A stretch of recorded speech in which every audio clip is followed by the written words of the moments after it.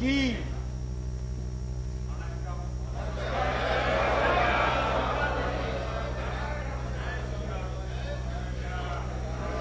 Yes, the budget, माननीय वित्त मंत्री जी, to present a statement.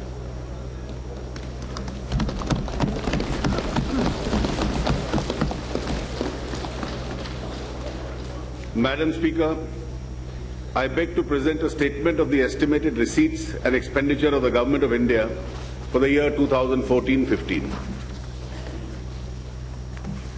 Madam, I rise to present the budget for the year 2014-15. The people of India have decisively voted for a change. The verdict represents the exasperation of the people with the status quo. India unhesitatingly desires to grow. Those living below the poverty line are anxious to free themselves from the curse of poverty. Those who have got an opportunity to emerge from the difficult challenges have become aspirational. They now want to be a part of the new middle class. Their next generation has a hunger to use the opportunity that society provides for them. Slow decision-making has resulted in a loss of opportunity. 2 years of sub 5% growth in the Indian economy has resulted in a challenging situation. We look forward to lower levels of inflation as compared to the days of double-digit rates of food inflation in the last 2 years. The country is in no mood to suffer unemployment, inadequate basic amenities, lack of infrastructure, and apathetic governance. The slowdown in India broadly reflects the trend in many economies. In contrast to the aftermath of the crisis of 2008-2009, when restoration of growth in advanced economies was a primary concern, the continuing slowdown being presently witnessed in many emerging economies has posed a threat to sustained global recovery. Fortunately, there are green shoots of recovery being seen in the global economy. As per the IMF, the world economy is projected to grow at 3.6% in 2014, vis-a-vis 3% in 2013, with the euro area expected to register a positive growth after a contraction witnessed in 2012 and 13. However, the performance of the US economy with the attendant implications for an unconventional monetary policy stance and global financial conditions is pivotal to the fate of the global recovery in the coming years. These are the headwinds against which the Indian economy would have to maneuver its way to attain a higher growth trajectory. As Finance Minister, I am bound to usher in a policy regime that will result in a desired macroeconomic outcome of higher growth, lower inflation, sustained level of external balance, and prudent policy stance. The budget is the most comprehensive action plan in this regard.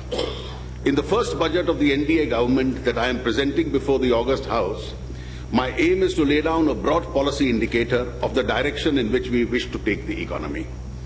The steps I will announce in this budget are only the beginning of a journey towards a sustained growth of 7 to 8% or above within the next 3-4 years, with the macroeconomic stabilization, which includes lower levels of inflation, less fiscal deficit, and manageable current account deficit. Therefore, it would not be wise to expect anything that can be done or must be done in the first budget presented within 45 days of the formation of the government.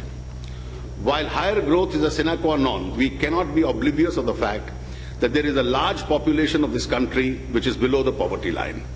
It is the poor who suffer the most. We have to ensure that our anti-poverty programs are well targeted. The growing aspiration of the people will be reflected in the development strategy followed by the government led by the Prime Minister Shri Narendra Modi and the mandate of Sabka Saath, Sabka Vikas. Allow me to assure this Honourable House that we have taken up this challenge in the right earnest.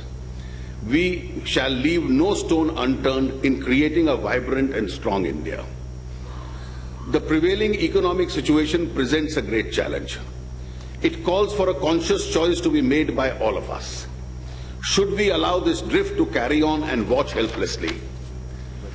Should we allow our future to suffer because of our indecisiveness? Should we be victims of mere populism or wasteful expenditure? To me, the response and the remedy are both clear. The task before me today is very challenging because we need to revive growth, particularly in the manufacturing sector and infrastructure, to raise adequate resources for our developmental needs. On the one hand, the task is simple if we accept the principle that we cannot spend beyond our means. We need to introduce fiscal prudence that will lead to fiscal consolidation and discipline. Fiscal prudence to me is of paramount importance because of considerations of intergenerational equity. We cannot leave behind a legacy of debt for our future generations. We cannot go on spending today, which would be financed by taxation on a future date. There is an urgent need to generate more resources to fuel the economy. For this, the tax GDP ratio must be improved and the non-tax revenues increased. We must remember that the decline of fiscal deficit from 5.7% of the GDP in 2011-12 to 4.8% in 2012-13 and 4.5% in 2013-14 was mainly achieved by a reduction in expenditure rather than by way of realization of higher revenues. Although the external sector witnessed a turnaround with the year ending with a current account deficit of 1.7% of the GDP against 4.7% in 2012-13, this was mainly achieved through restriction of non-essential imports and slowdown in the overall aggregate demand. Going forward, we must continue to be watchful of the CAD. My predecessor had set up a very difficult task of reducing the fiscal deficit to 4.1% of the GDP in the current year. Considering that we have 2 years of low GDP growth and almost static industrial growth, a moderate increase in indirect taxes, a large subsidy burden, and not so encouraging tax buoyancy, the target of 4.1% fiscal deficit is indeed daunting. Difficult as it may appear, I have decided to accept this target as a challenge. One fails only when one stops trying.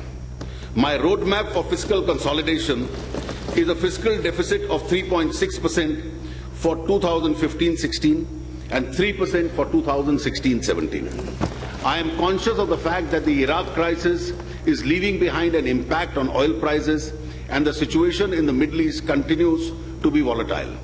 Monsoon this year appears to be more unpredictable, while inflation has remained at elevated levels relative to what it is perceived as acceptable. There is a gradual moderation in the WPI recently from a high of 7.35% in 2012-13 to 5.98 in 2013-14. But we are still not out of the woods.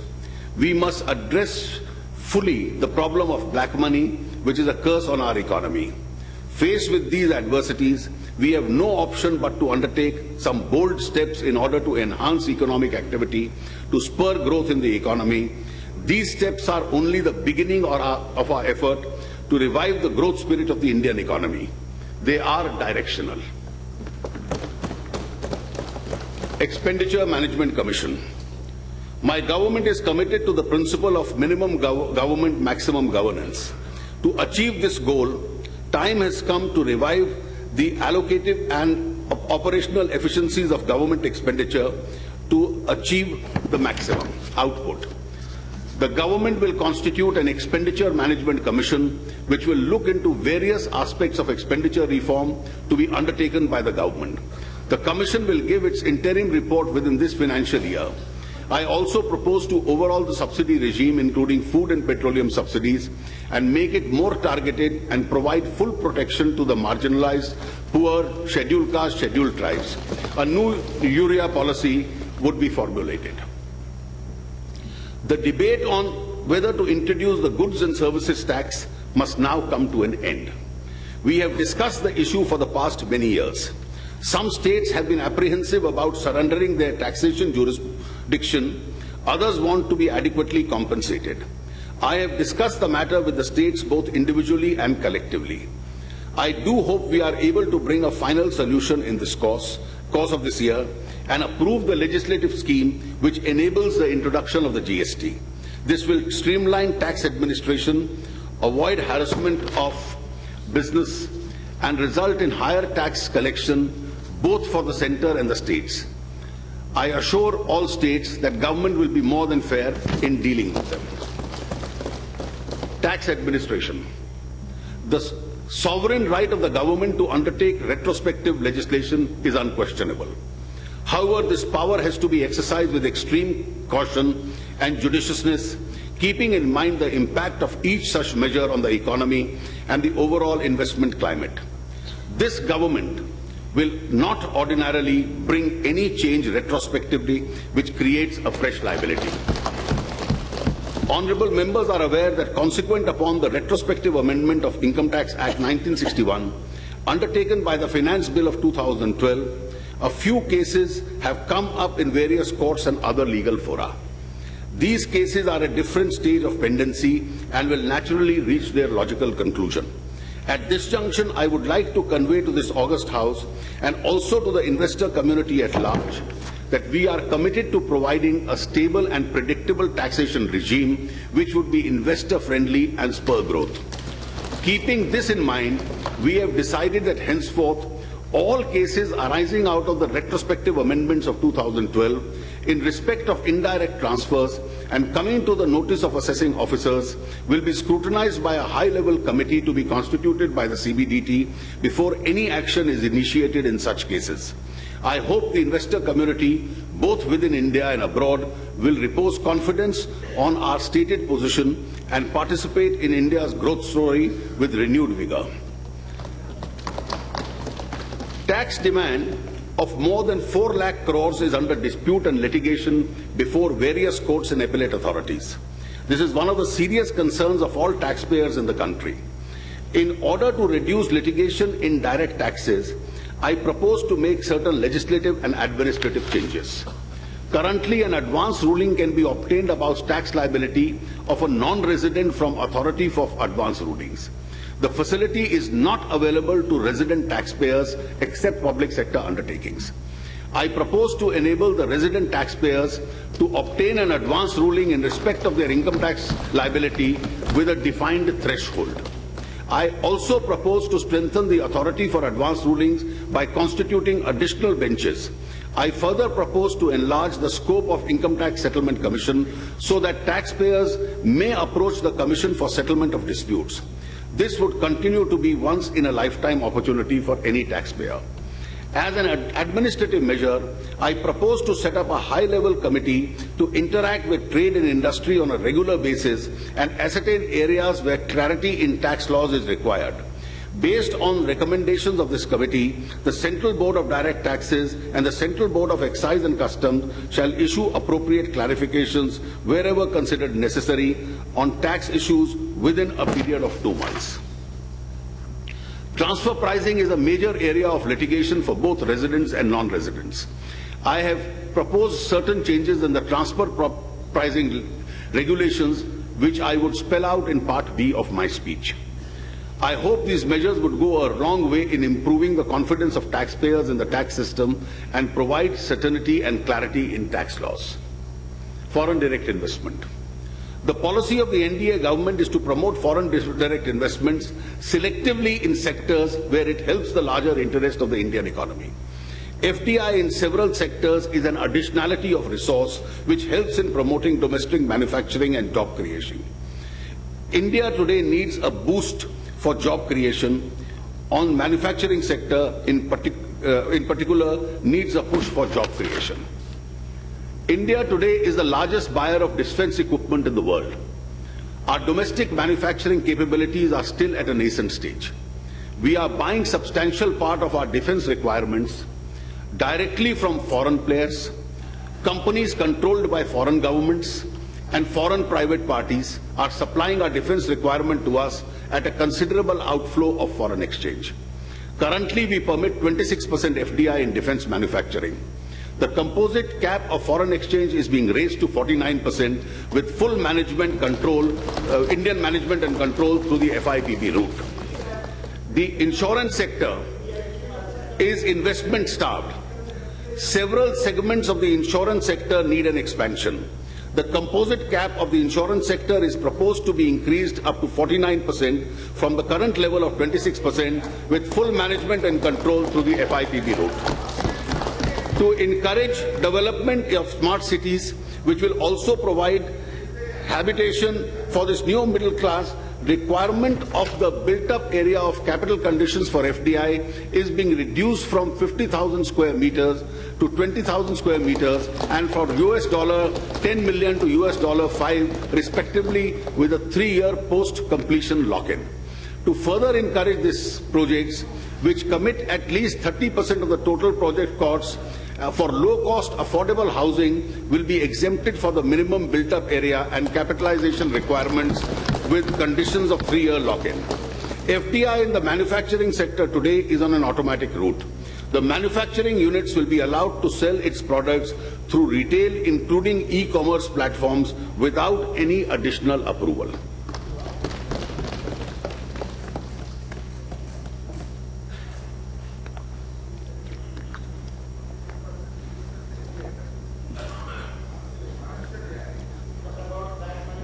Back capitalization. Financial stability is the foundation of our rapid recovery. Our banking system needs to be further strengthened. To be in line with the Basel III norms, there is a requirement to infuse 2,40,000 crores rupees as equity by 2018 in our banks. To meet this huge capital requirement, we need to raise additional resources to fill this obligation. While preserving the public ownership, the capital of these banks will be raised by increasing the shareholding of the capital in a phased manner through sale of shares largely through retail common citizens in the country. Thus, while government will continue to hold majority shareholding, the citizens of India will also get direct shareholding in these banks, which currently they hold indirectly. We will also examine the proposal to give greater autonomy to banks while making them accountable. PSU capital expenditure. To give a thrust to investment in the economy, PSUs will also play their part constructively. I am assured that PSUs will invest through capital investment a total amount of rupees 2,47,941 crores in the current financial years to create a virtuous investment cycle. Smart cities. As the fruits of development reach an increasingly large number of people, the pace of migration from rural areas to the cities is increasing. A new middle class is emerging which has aspirations of better living standards. Unless new cities are developed to accommodate the burgeoning number of people through existing cities, would become unlivable. The Prime Minister has a vision of developing 100 smart cities as satellite towns of larger cities by modernizing the existing mid-sized cities. To provide the necessary focus to this critical activity, I have provided a sum of rupees 7,060 crores in the current fiscal. E-visas. Tourism is one of the larger job creators globally. Many economies world over are supported by tourism. In order to give a major boost to tourism, the facility of electronic travel authorization, e-visas, would be introduced in a phased manner at 9 airports in India, where necessary infrastructure would be put in place within the next 6 months. The countries in which electronic travel authorization facility to which it will be extended would be identified in a phased manner. This would further the facility of visa on arrival. REITs and InvestITs. Real estate investment trusts have been successfully used as instruments for pooling investment in several countries.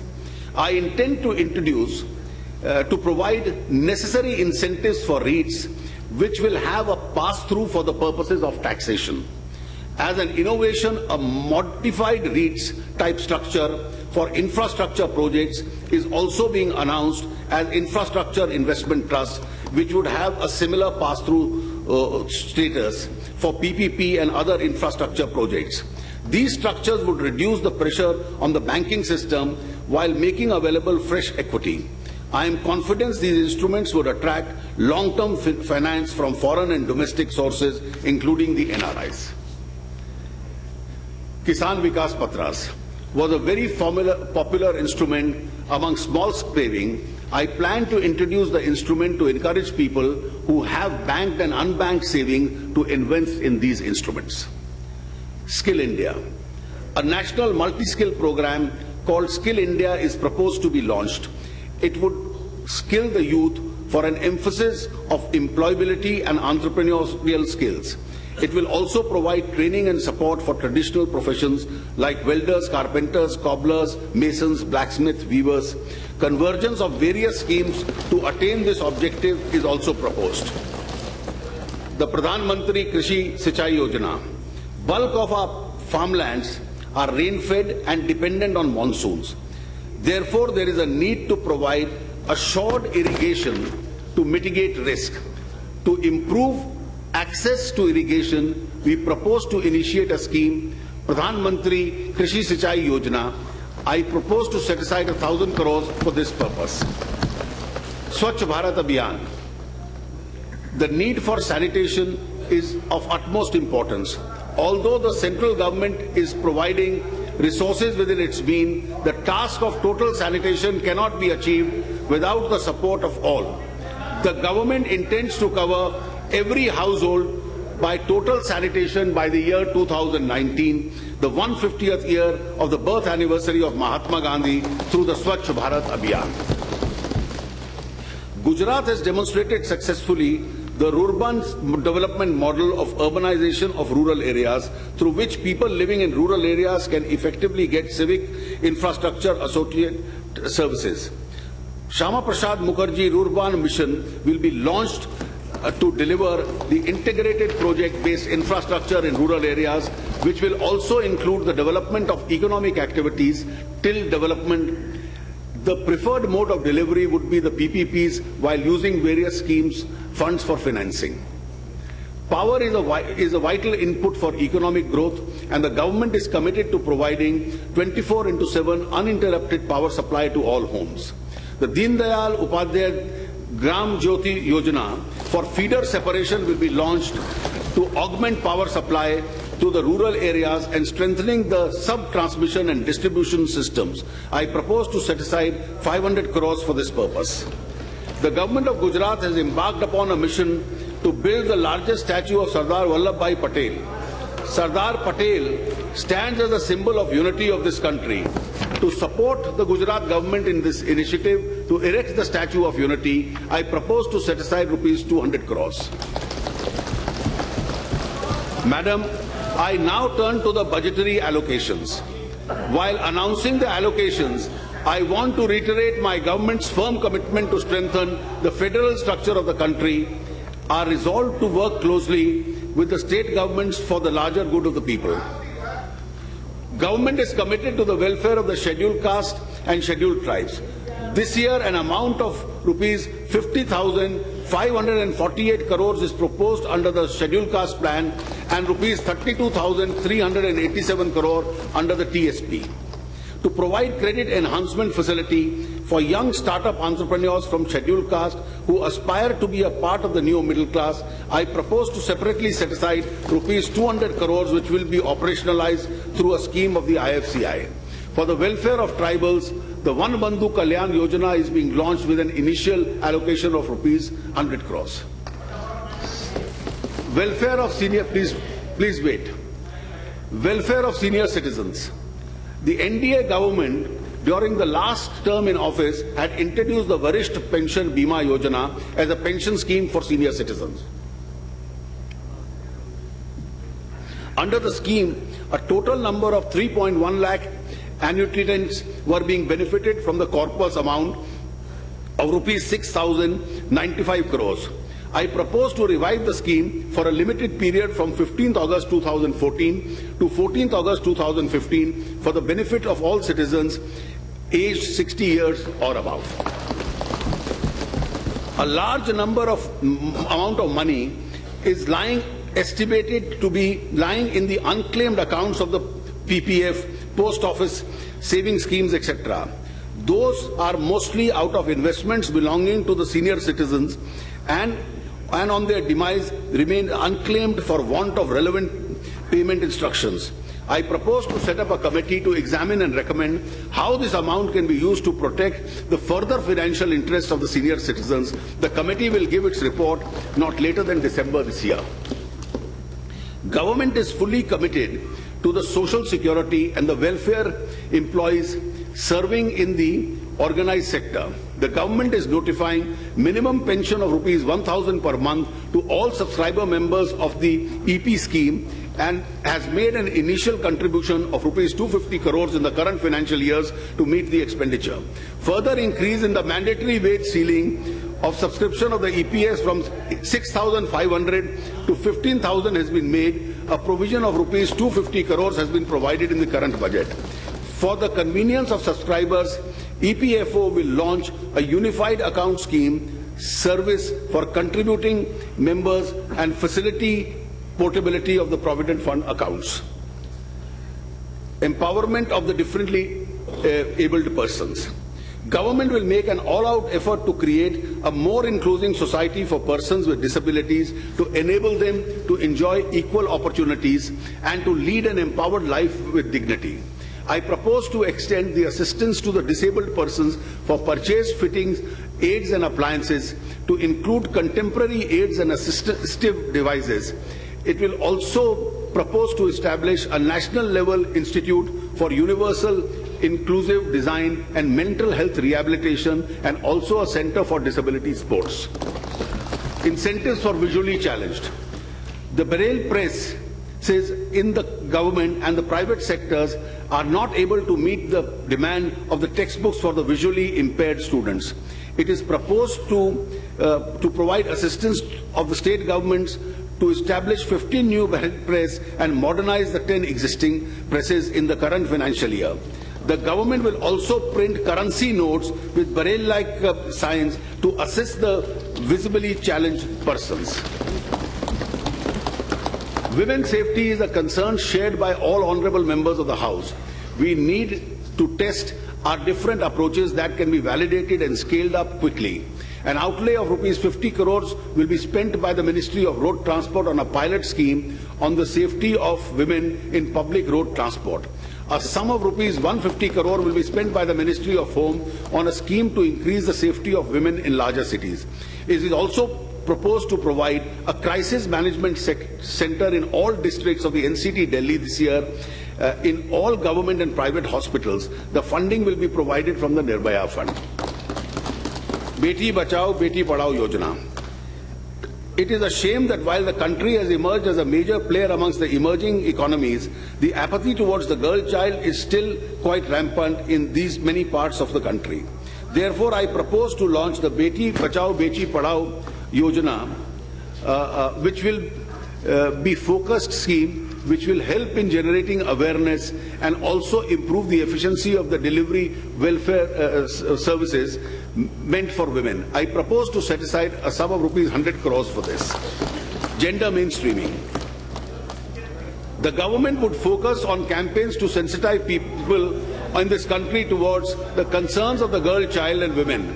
The process of sensitization must begin early. Therefore, school curriculum will have a separate chapter on gender mainstreaming. The Pradhan Mantri Gram Sadak Yojana, initiated it during NDA-1 under the stewardship of Prime Minister Shri Atal Bihari Vajpayee, has had a massive impact in improvement of access to rural population. It is time to reaffirm our commitment to a better and more energetic PMGSY under the dynamic leadership of Prime Minister Shri Narendra Modi. I propose to provide a sum of rupees 14,389 crores for this purpose. Manrega. The government is committed to provide wage and self-employment opportunities in rural areas. However, wage employment would be provided under the Manrega through works that are more productive, asset creating, substantially linked to agriculture and allied activities. Ajivika, the National Rural Livelihood Mission, aims at eliminating rural poverty through sustainable livelihood options. Under this mission, women SCGs are provided bank loans at 4% to prompt repayment in 150 districts and 7% in other districts. I propose to extend the provisions of blank loan for women SGGs at 4% in another 100 districts. I propose to set up a startup village entrepreneurship scheme for encouraging rural youth to take up local entrepreneurship programs. I am providing a sum of rupees 100 crores for this.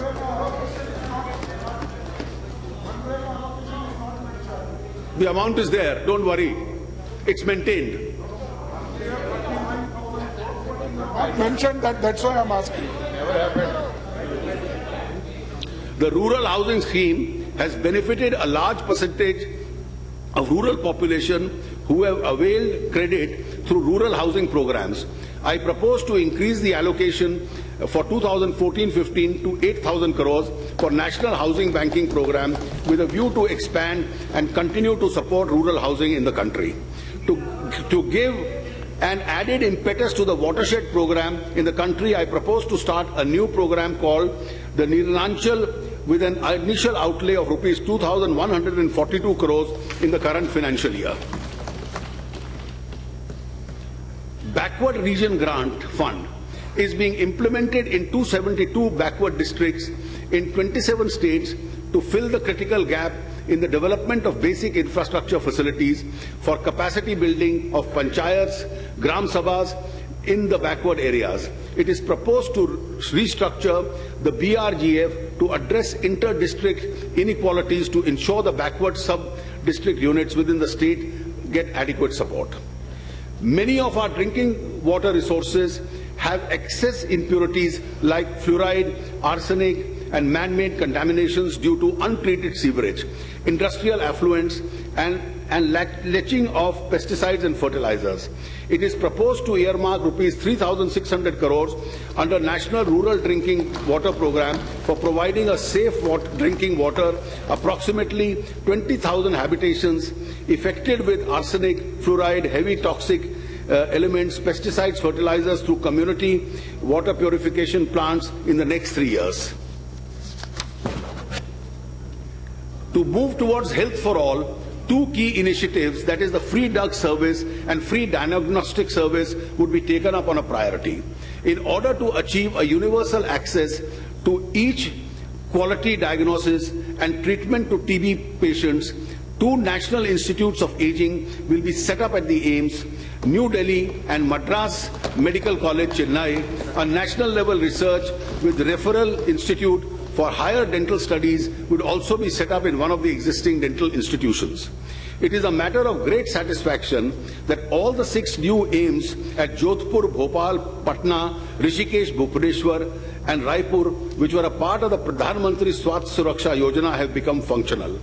A plan to set up 4 more AIIMS institutions in Andhra Pradesh, West Bengal, Vidarbha in Maharashtra and Purvanchal is under consideration. I propose to set up rupees 500 crore for this. Presently, please wait for the next sentence. आगे आ रहा है. Please.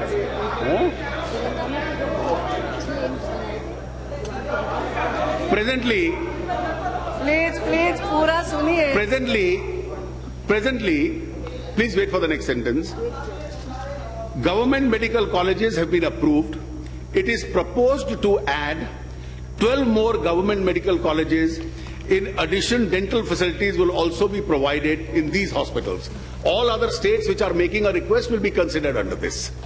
For the first time, and let me add that in the coming years of the government, each year in the states where there is no AIIMS, we'll be adding it to make sure that there is an AIIMS created in every state in the country. For the first time, the central government will provide central assistance to strengthen the state drug regulatory and food regulatory systems by creating new drug testing laboratories and strengthening 31 existing laboratories. In keeping with the government's focus on improving affordable healthcare and to augment transfer of technology for better healthcare facilities in rural India, 15 model rural health research centers will be set up. which will take up the research on local health issues concerning rural population. Elementary education is one of the major priorities of the government. There would be a residual gap in providing minimal school infrastructure facilities. Government would strive to provide toilets and drinking waters in all the girls' schools in the first place. An amount of rupees 28,635 crore is being funded by the Sarva Shiksha Abhiyan and 4,966 crores by the Rashtriya Madhyamik Shiksha Abhiyan. A school assessment program is being initiated at a cost of rupees 30 crores. To infuse the training tools and innovative teachers, the Pandit Madan Mohan Malviya New Teachers Training Program is being launched. I am setting aside a sum of rupees 500 crores for this. To take advantage of the reach of the IT, I propose to allocate a sum of rupees 100 crores for setting up a virtuous classroom as communication-linked interface for cultivating knowledge on the online courses. The country needs a large number of courses of higher learning, which are of the world class. I propose to set up the Loknayak Jayaprakash Narayan National Center for Excellence in Humanities in Madhya Pradesh. I also intend to set up 5 more IITs in Jammu, Chhattisgarh, Goa, Andhra Pradesh and Kerala. 5 more IIMs would be set up in the state of Himachal Pradesh, Punjab, Bihar, Orissa and Maharashtra. I propose to set up an amount of rupees 500 crores for this. Government also proposes to ease and simplify norms and facilitate education of loans for higher education. There have been eminent need to further bridge and divide the human digital divide between the haves and the have-nots. For this, it is proposed to launch a pan-India program, Digital India. This would ensure broadband connectivity at village level, improved access to services through IT-enabled programs, greater transparency in government processes, and increased indigenous production of the IT hardware and software of exports and improved domestic availability. Special focus will be on supporting software product startups, a national rural internet and technology mission service in villages and trainings in IT and e-Kranti for the government services delivery and governance scheme is also proposed. I have provided a sum of rupees 500 crores for this purpose.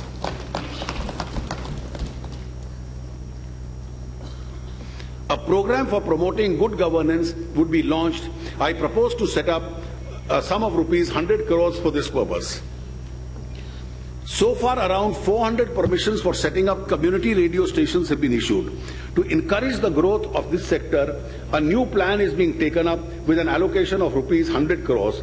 The scheme would support 600 new and existing community radio stations. The Film and Television Institute Pune, the Satyajit Ray Film and Television Institute Calcutta are proposed to be accorded the status of institutes of national importance, and national centers of excellence in animation, gaming, special efforts will be set up. Urban renewal. It is time that our cities and towns undergo urban renewal and become better places to live in, while developing housing and other infrastructure, both physical and economic, which can have various local variations. 4 fundamental activities must underpin such development. There are provision for safe drinking water and sewerage management, use of recycled water for growing organic fruits and vegetables, solid waste management and digital connectivity. It will be the vision of the government that at least 500 such habitants must be provided support while harnessing private capital and expertise through PPPs to renew their infrastructure services in the next 10 years. Pooled municipal debt obligations. This facility was set up in 2006 with participation of several banks to promote finance infrastructure projects in urban areas on the shared risk basis. Present corpus of this facility is rupees 5,000 crore.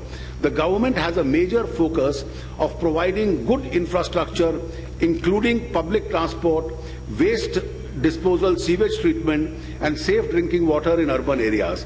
In keeping with the Honorable Prime Minister's vision of urban areas, it is proposed to enlarge 50,000 crores with extension of facility by 5 years to March 31, 2019. Urban metro projects have proved to be very useful in decongesting large cities. For 2 million plus cities, planning of the metro phase must begin now. Government will encourage development of metro rail system, including the light rail system in the PPP mode, which will be supported by the central government through the VGF. In the current financial year, I propose to set aside a scheme of rupees 100 crores for the metro projects of Lucknow and Ahmedabad.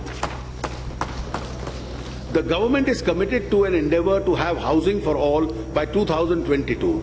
For this purpose, I intend to extend the additional tax incentive on housing loans to encourage people, especially the young, to own their houses. I proposed of setting up a mission of low-cost affordable housing, which will be anchored by the National Housing Bank schemes, which will be involved to incentivize the development of low-cost affordable housing. I propose to allocate this a sum of rupees 4,000 crores for the National Housing Bank in view to increase the flow of cheaper credit and affordable housing for the urban poor, economically weaker section, LIG segment. I have already outlined some other incentives, such as easier flow of FDI in this sector. Government is willing to examine other suggestions which would spurt growth in this sector. I also propose to add an inclusion of a slum development in the list of corporate social responsibility activities to encourage private sector to contribute more towards this activity. A national program in the mission mode is urgently required to halt the deteriorating malnutrition situation in the country. At present, interventions are not adequate. A comprehensive strategy, including detailed methodology, costing timelines, and monitoring targets will be in place within 6 months. Minorities. A program for the upgradation of skills and training in the ancestral arts for development of minorities, called the Upgrading of Traditional Arts and Resource Goods, would be launched to preserve the traditional arts crafts with a rich heritage. An additional amount of rupees 100 crores for modernization of madrasas has been provided in the Department of School Education.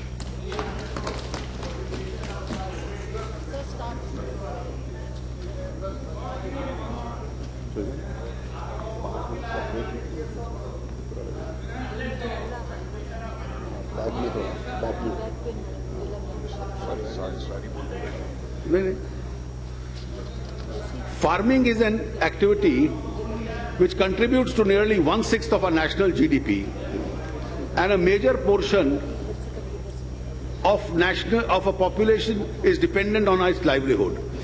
It has risen to the challenge of making India largely self-sufficient in providing food for a growing population. To make farming competitive and profitable, there is an urgent need to set up investment, both public and private, in agro-technology and development and creation of modernization and easing of agricultural business infrastructure. And Agricultural Research Institute, Pune, has been in the forefront of research in this area. However, since independence, only one of the such centers has been established. Government will establish 2 more such institutions of excellence of similar pattern in Assam and Jharkhand with an initial sum of rupees 100 crores in the current financial years.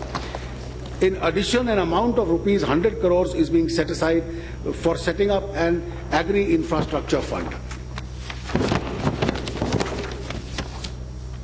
It is also proposed to establish agricultural university in Andhra Pradesh and Rajasthan and horticulture university in Telangana and Haryana.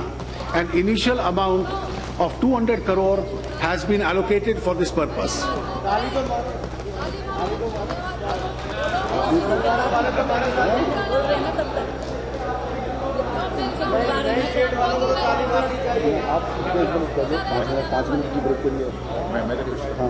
नहीं वो अच्छा नहीं वालों को मिला आप बुलवा दीजिए. Just can we have a, Madam Speaker, can we have a 5-minute break? 5 minute के लिए. 5 minutes, then I'll continue to read. We'll just take a break. Just 5 minutes break.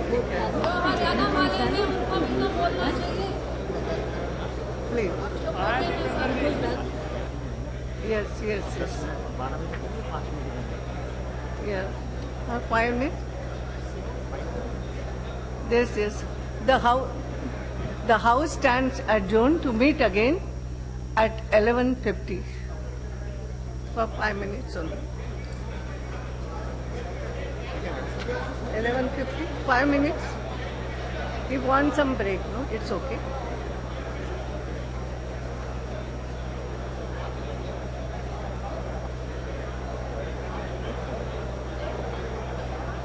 No, it's okay. 5 minutes break we have. 5 minutes break. 5 minutes break we have.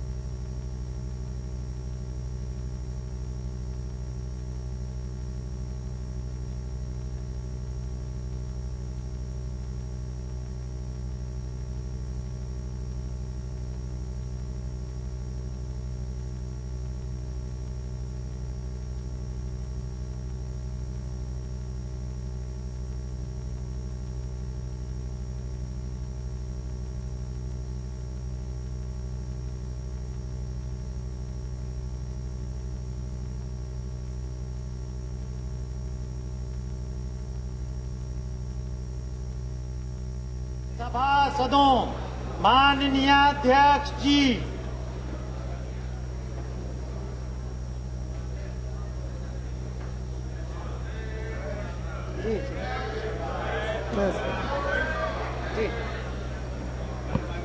माननीय वित्त मंत्री जी की थोड़ी सी तबीयत ठीक नहीं, बैठ के बोलने के लिए मैं उन्हें अनुमति देती हूँ। Madam, I am extremely grateful to you and the honourable members for bearing with a little cramp on my shoulder. Ji ji.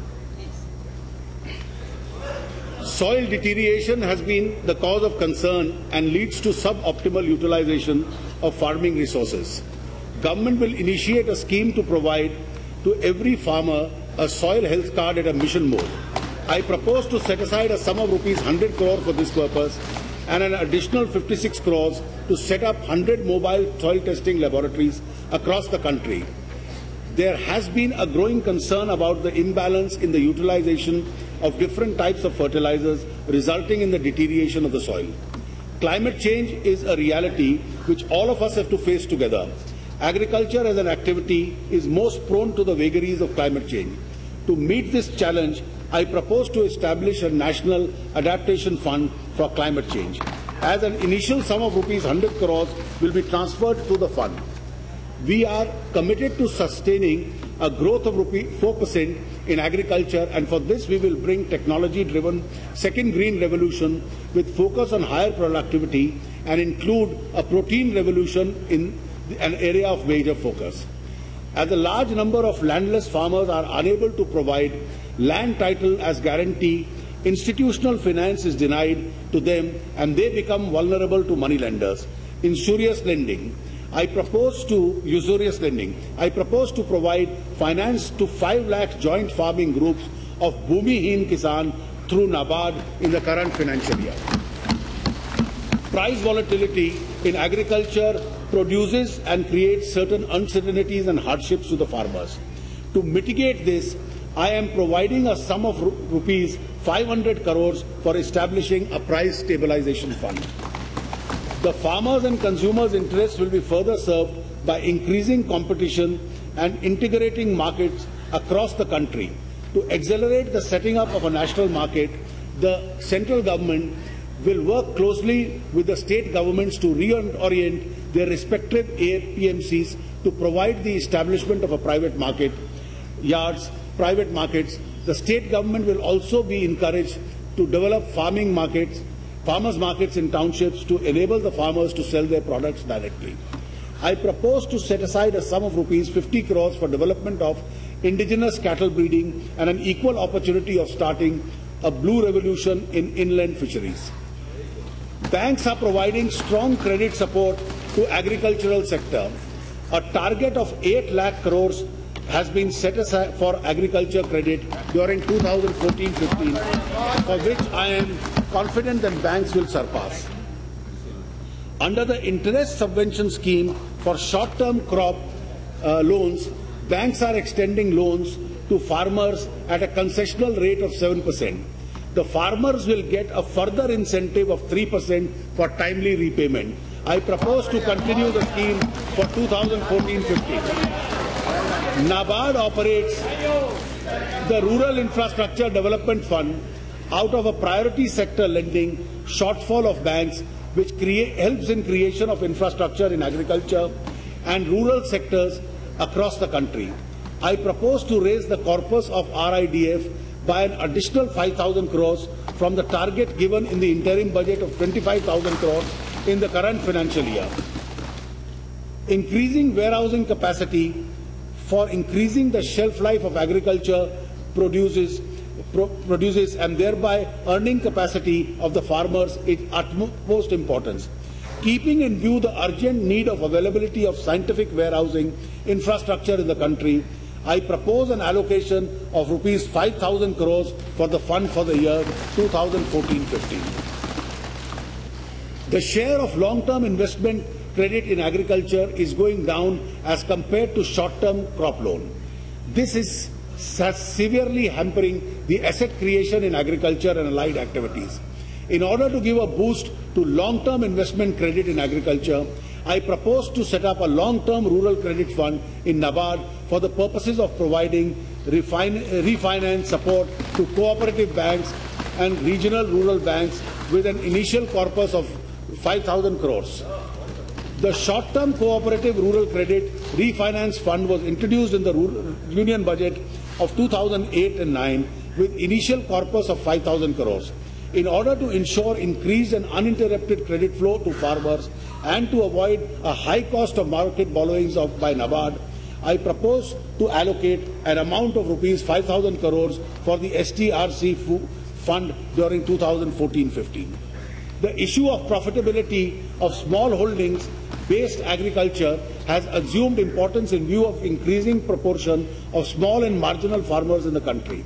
I propose to supplement NABARD's Producers Organization Development Fund for Producers Development and Upliftment called Produce with a sum of rupees 200 crores which will be utilized for building 2,000 producers organizations across the country over the next 2 years. Government is committed to reform in the food sector. Restructuring FCI, reducing transportation and distribution losses, and efficacy of PDS would be taken up on priority. Government is also committed to provide wheat and rice at a reasonable price to the weaker sections in the society. Even if due to inadequate rainfall, there is a marginal decline in agricultural production, stocks in the central pool are adequate to meet the exigency. Government shall, when required, undertake open market sales to keep prices under control. Kisan Television, dedicated to the interest of agriculture and allied sectors, will be launched in the current year. This will disseminate real-time information to the farmers information regarding new farming techniques, water conservation, organic framing. I propose to set aside a sum of rupees 100 crores for this purpose.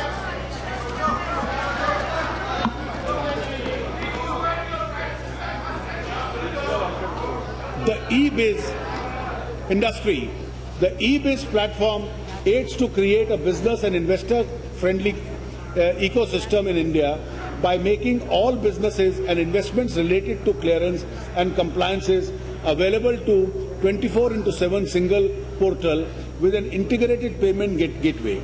All central government departments and ministries will integrate their services with the e-biz platform on priority by 31st December this year.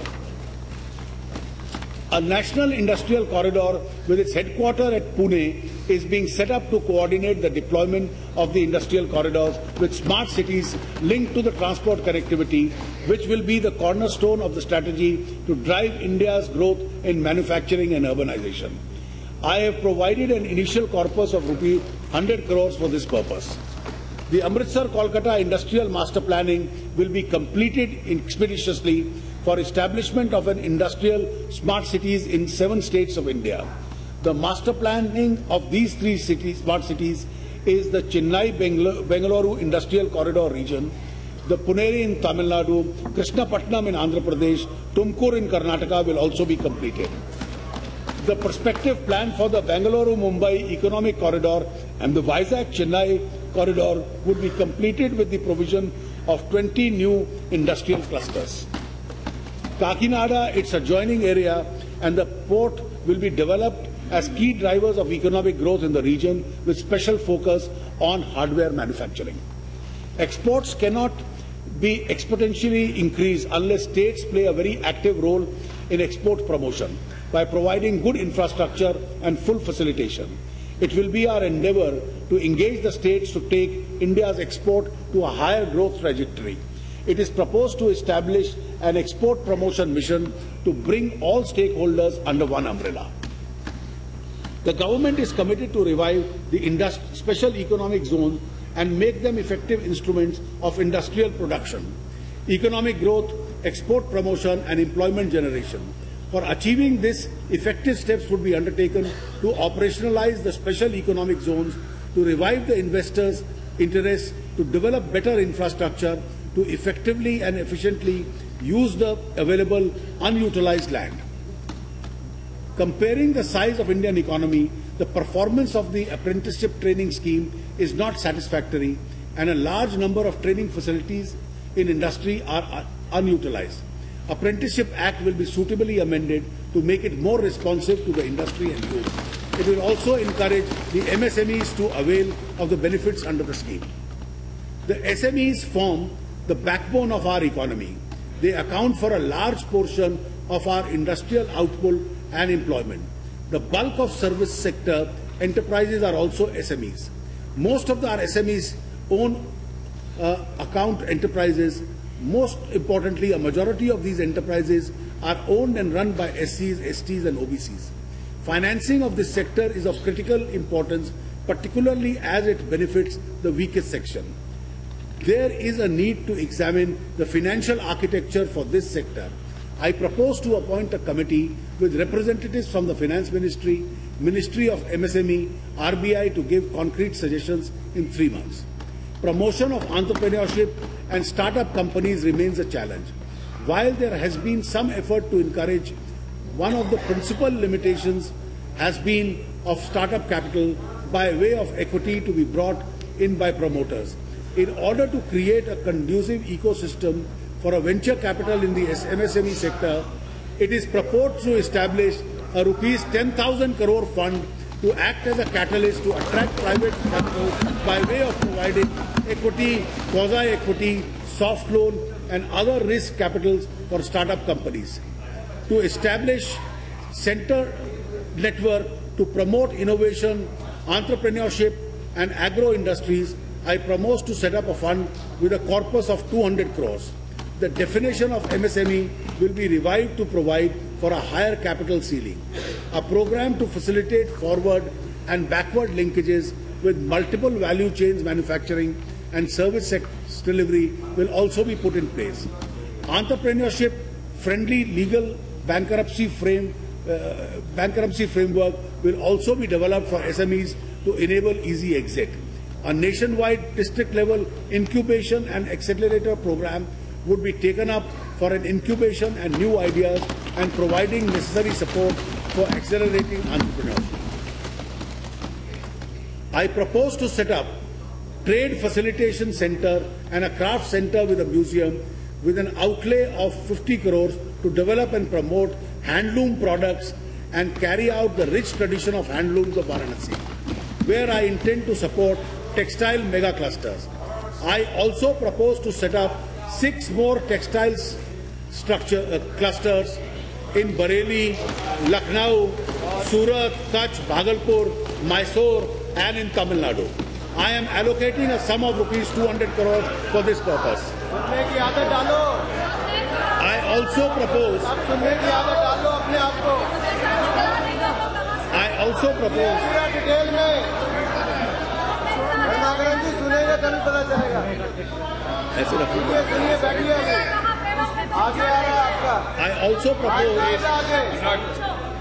I also propose to set up a Hastakala Academy for preservation, revival and documentation of the handloom handicraft sector in the PPP mode in Delhi.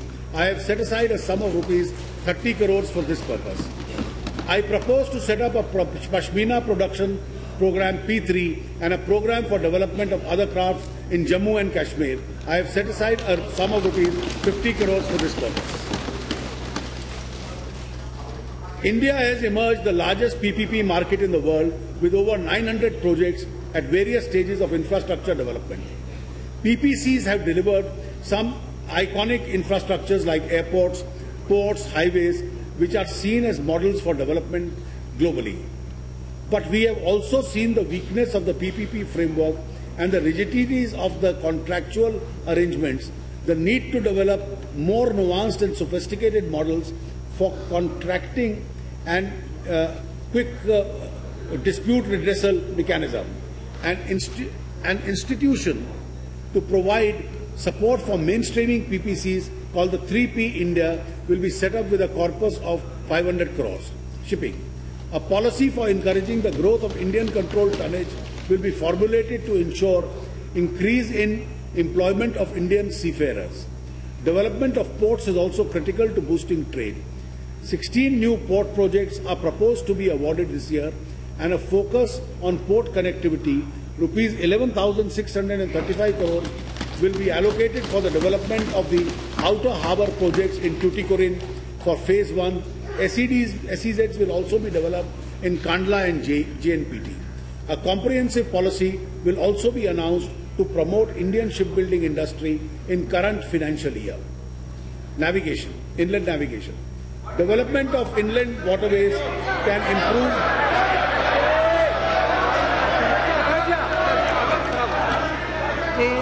Nothing will go on record. Nothing will go on record. Only with the money. बैठो बैठो फिर बाहर जाके house के अंदर भी और बाहर भी शोर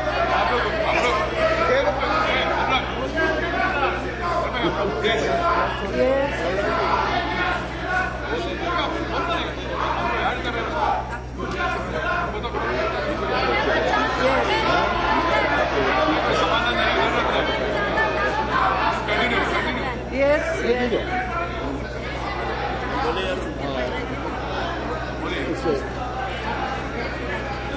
Development of inland waterways can improve vastly the capacity for transportation of goods. A project of River Ganga called the Jal Marg Vikas will be developed from Allahabad to Haldia to cover a distance of 1620 kilometers, which will enable commercial navigation of at least 1500 tonnage vessels.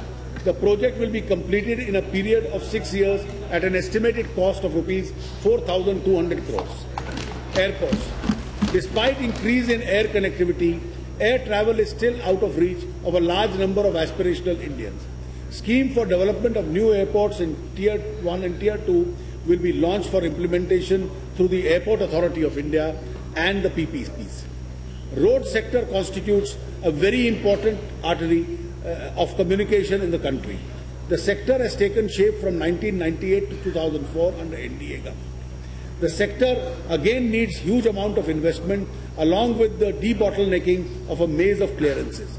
I proposed investment in the National Highway Authority of India and the state roads of an amount of rupees 37,880 crores,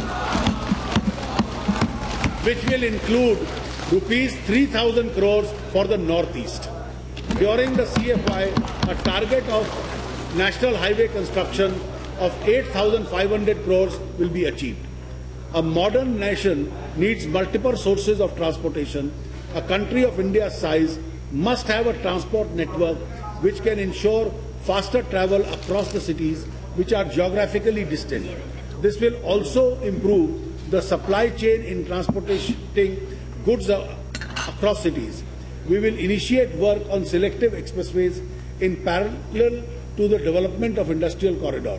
A project preparation of NHAI shall be set aside. For project preparation, NHAI will be set aside a further sum of rupees 500 crores. Power. To promote cleaner and more efficient thermal power, I propose to allocate a sum of rupees 100 crores for preparatory work of the new scheme called the ultra-modern supercritical coal-based thermal power technology.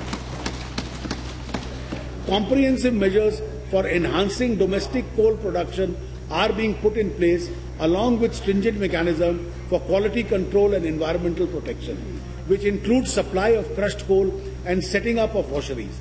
The existing impasse of coal sector will be resolved with the adequate quantity of coal will be provided in the power plants which are already commissioned and would be commissioned by March 2015 to unlock dead investments. And exercise to rationalize coal linkages which will optimize transport of coal and reduce power costs is underway. New and renewable energy deserves a very high priority. It is proposed to take up ultra-modern solar power projects in Rajasthan, Tamil Nadu and in Ladakh in J&K. I have set aside a sum of rupees 500 crores for this purpose. We are launching a scheme for solar power driven agricultural pumps and water pumping stations for energizing 1 lakh pumps. I propose to allocate a sum of rupees 400 crores for this purpose. An additional amount of 100 crores is set aside for the development of 1 MY solar parks on the banks of canals. Implementation of green energy corridor projects will be accelerated in this financial year to facilitate evacuation of renewable energy across the country. Petroleum and natural gas. It is my government's intention to accelerate production and exploration of coal bed methane reserves. The possibility of using modern technology to revive old and closed wells still will be explored to maximize production from such fields. The usage of PNG will be rapidly called up in the mission mode as it is clean and efficient to deliver. We have at present 15,000 kilometers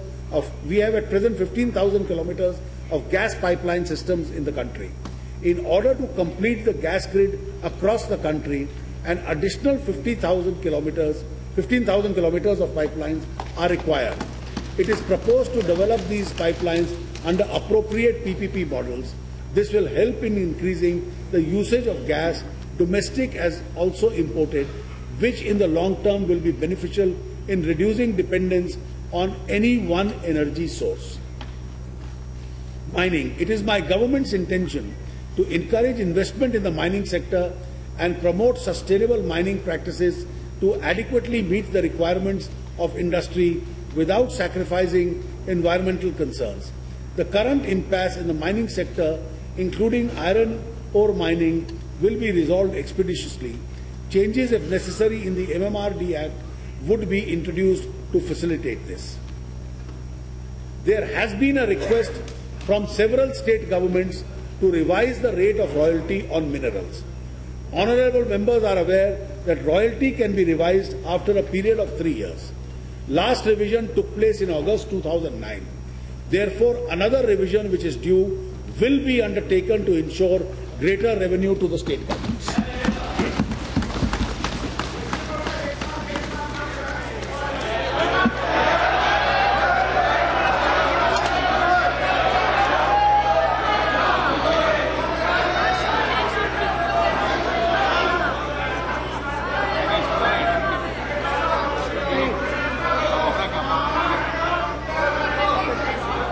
Financial sector, capital market. Financial sector is at the heart of the growth engine. Globalization helps channelize external savings to India to bridge the resource gap, but also renders the financial sector vulnerable to vagaries of the global economy. We have seen in the recent past, in ample measure, it is essential to strengthen and modernize the legislative regulatory framework. There are some important recommendations of the Financial Sector Legislative Reforms Commission, like enactment of the Indian Financial Code, which is considered necessary for better governance and accountability. It is my endeavour to complete the ongoing process of consultation with all stakeholders expeditiously on this. It is also essential to have a modern monetary policy framework to meet the challenges of an increasingly complex economy. Government will, in close consultations with the RBI, put in place such a framework. While the impact of above measures will be felt in medium term, towards the same object I propose, advise financial sector regulators to take early steps for vibrant, deep and liquid corporate bond market and deepen the currency derivatives market by eliminating unnecessary restrictions. Extend a liberalized facility of 5% withholding tax to all bonds issued by Indian corporates abroad for all sectors and extend this validity of the scheme to 30th June 2017. Liberalize the ADR-GDR regime to allow issuance of depository receipts on all permissible security. Allow international settlement of Indian debt securities. Completely revamp the Indian depository receipts and introduce a much more liberal, ambitious Bharat depository receipt. Clarify the tax treatment on income of foreign funds whose fund managers are located in India to resolve a long-standing problem. Details will be presented in Part B. The Indian capital market has been a source of risk capital for growing India. I propose to take a number of measures to further energize these markets, including introduction of uniform KYC norms for interusability of the KYC records across the entire financial sector, introduce one single operating demat account so that Indian financial sector consumers can access, transact all financial assets through this one account. At all the strengthening the regulatory framework of the commodity markets, the Warehouse Development and Regulatory Authority has been transforming plan to invigorate the warehousing sector and significantly improve the post-harvesting lending to the farmers against negotiable warehousing receipts. This plan will be implemented with vigor. There is an urgent need to converge the current Indian accounting standards with international financing standards. I propose for the adoption of the new Indian accounting standards by Indian companies from financial year 2015-16 voluntarily and from the year 2016-17 on a mandatory basis. Based on international consensus, the regulators will separately notify the date of implementation of the accounting standards for banks, insurance companies. Standards for computation of tax would be notified separately. Banking. There have been some suggestions for consolidation of public sector banks. Government in principle agrees to consider these suggestions. To provide all households in India with banking services, a time-bound program will be launched as the Financial Inclusion Mission on 15th August this year. It would particularly focus to empower the weaker section of the society, including women and marginal farmers and labourers. 2 bank accounts in each household are proposed to be opened, which will also be eligible for credit. Long-term financing of infrastructure has been a major constraint in encouraging larger private sector participation in this sector.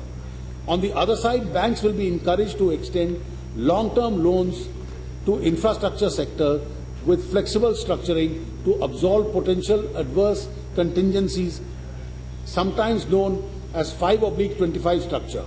On the liability side, banks will be permitted to raise long-term funds for lending to infrastructure sector with minimum regulatory preemption such as CRR, SLR and priority sector lending.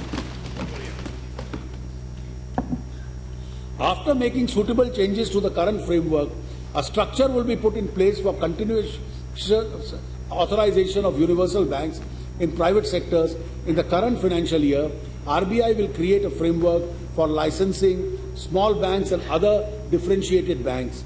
Differentiated banks serving a niche interest in local banks, payment banks, etc. are contemplated to meet credit and remittance needs of small businesses, unorganized sector, lower income households, framers and migrant workforce. The rising of non-performing assets of public sector is a matter of concern for the government.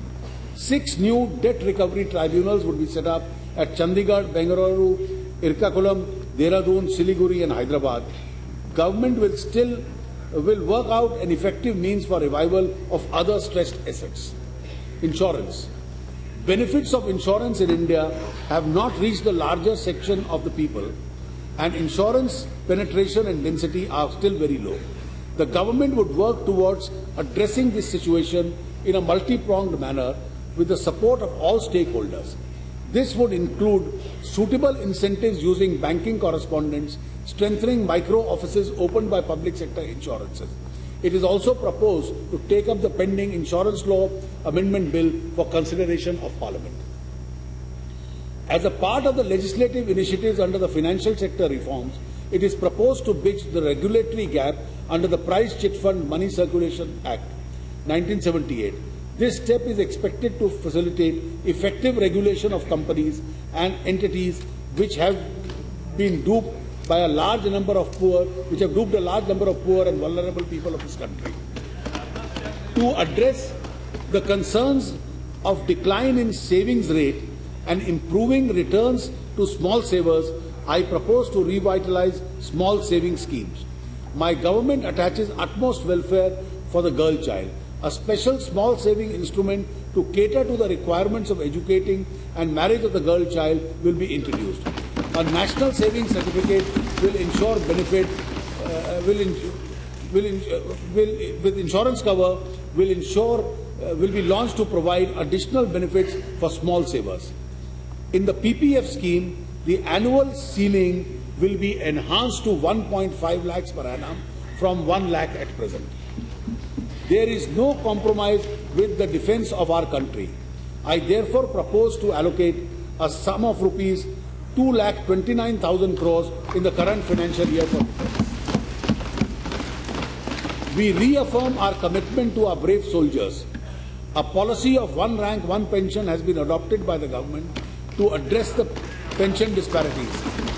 We propose to set up a further sum of rupees 1,000 crores to meet this year's requirements. Modernization of armed forces is critical to enable them to play their role effectively in the defence of India's strategic interest. I therefore propose to increase the capital outlay of defence by rupees 5,000 crores over and above the amount provided in the interim budget. This includes a sum of rupees 1,000 crores for accelerating the development of the railway system in the border areas. Urgent steps will also be taken to streamline the procurement process to make it speedy and more efficient. War Memorial. The country is deeply indebted to officers and jawans of the armed forces for having made huge sacrifices to defend its honour. In doing so, a very large number of them gave up their lives.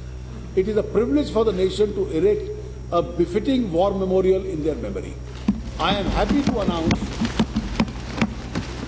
that a war memorial will be constructed at the Prince's Park. It will also be supplemented by a war museum. I am allocating a sum of rupees 100 crores for this purpose. In the year 2011, a separate fund was announced to provide necessary resources to public-private sector companies, including SMEs, as well as academic and scientific institutions to support research and development of the defence system and enhance cutting-edge technologies capability of the country. However, beyond the announcement, no action was taken. I therefore propose to set up an initial sum of rupees 100 crores to set up a technology development fund to support this object. The scheme for modernization of the state police forces would be reviewed. I propose to enhance the allocation for a sum of rupees 1847 in the budget estimates of last year to rupees 3,000 in the current financial year. I am also allocating adequate funds for carrying out small but much needed development activities of this additional central assistance for left-wing extremist affected areas. In order to strengthen and modernize border infrastructure, a sum of rupees 2,250 crore has been set aside. In addition, a sum of rupees 990 crores has been allocated for socio-economic development of the villages along the border. A sum of rupees 150 has been earmarked for the construction of the marine police stations, jetties, and for purchase of boats. The nation is equally indebted to the officers and the jawans of the police forces, including the Central Armed Police Forces, who are constantly engaged with the enemy within and in the process of sacrificing their lives in the line of duty. I announce the construction of a befitting National Police Memorial. I propose to set aside a sum of rupees 50 crores for this purpose in the current year. India's rich cultural, historical, religious and natural heritage provides a huge potential for development of tourism and job creation as an industry. I propose to create 5 tourist circuits around the specific themes and set aside rupees 500 crores for this purpose. The National Mission on Pilgrimage, Rejuvenation and Spiritual Augmentation Drive will be launched this year. A sum of rupees 100 crores is being earmarked for this purpose. National Heritage Development and Augmentation Yojana will be launched for conserving and preserving the heritage character of these cities. To begin with, I propose to launch this program in the cities such as Mathura, Amritsar, Gaya, Kanchipuram, Vilakanani and Ajmer. I propose to set aside a sum of rupees 200 crores for this purpose. The project will, through a partnership of the government, academic institutions and local community, combine offer affordable technologies. Archaeological sites preservation requires urgent attention, lest our ancient heritage is lost to all future generations. For this, I propose to set aside a sum of rupees 100 crores. Samarth Gaya Varanasi Buddhist Circus would also be developed with a world-class tourism amenities to attract tourists from all over the world. Goa has emerged as a major international convention center. It has also been declared a permanent venue of the International Film Festival of India. There is a urgent need to develop a world-class convention facilities. This can at best be done in close collaboration with private sector. Government of India will fully support the initiative to develop the facilities of the PPP mode through the VGF scheme. Water resources and the cleaning of the Ganga. Rivers are the lifeline of our country. They provide water not only for producing food and multitudes but also drinking water. Unfortunately, the country is not uniformly blessed with perennial rivers. Therefore, an effort to link rivers can give rich dividends to the country. It is time that we make serious effort to move in this direction. To expedite the preparation of a detailed project report, I propose to set aside a sum of rupees 100 crores. For a detailed study, for a report, substantial amount of money has been spent. What is happening? 100 crore rupees for a report. There is some limit.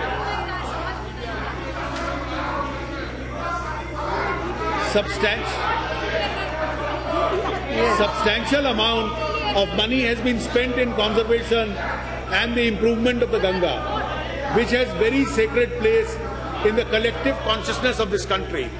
However, the efforts have not yielded the desired results because of lack of concerted effort by all stakeholders. I propose to set up an integrated Ganga conservation mission called the Namami Ganga and set aside a sum of rupees 2,037 crores. Our riverfronts and ghats, Our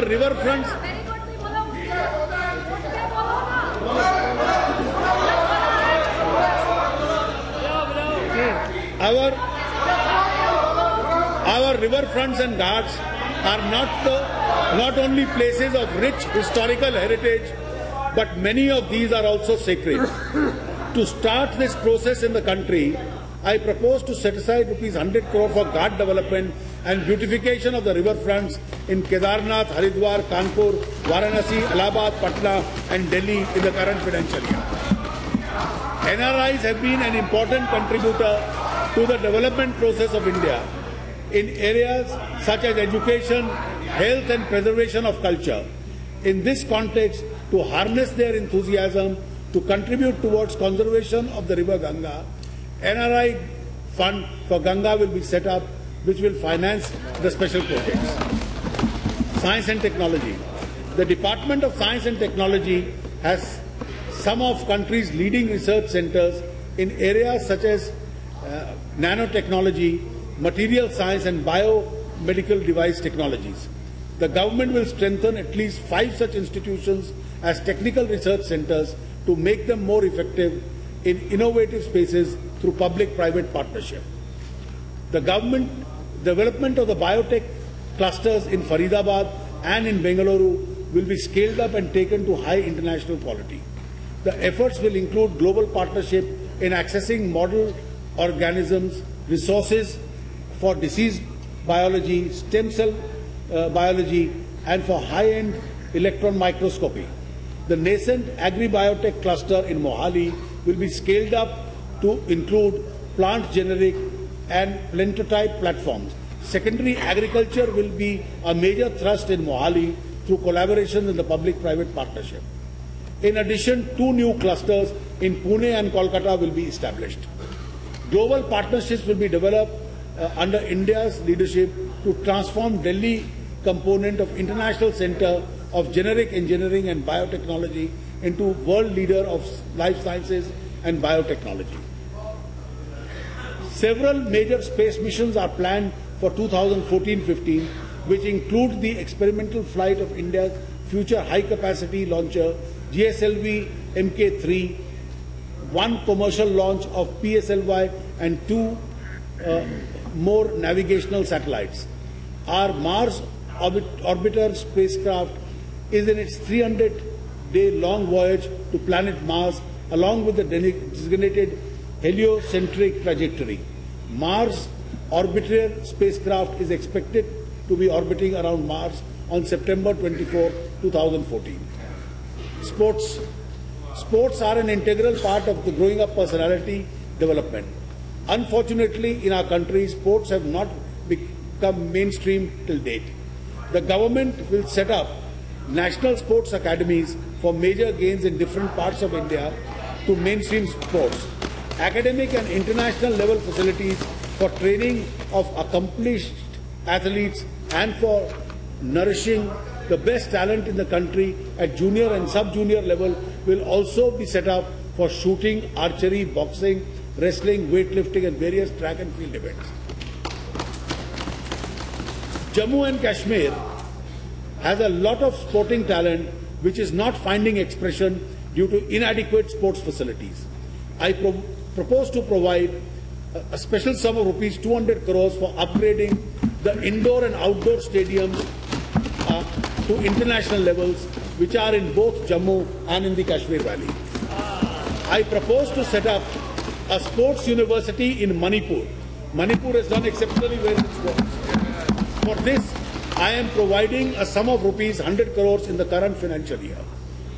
Unique sports traditions have developed in the Himalayan region in the countries and the states that are a part of it. To promote this, India will start an annual event to promote these games and would invite countries like Nepal and Bhutan also to participate, in addition to Indian states like Jammu and Kashmir, Uttarakhand, Himachal Pradesh, Sikkim and the northeastern states.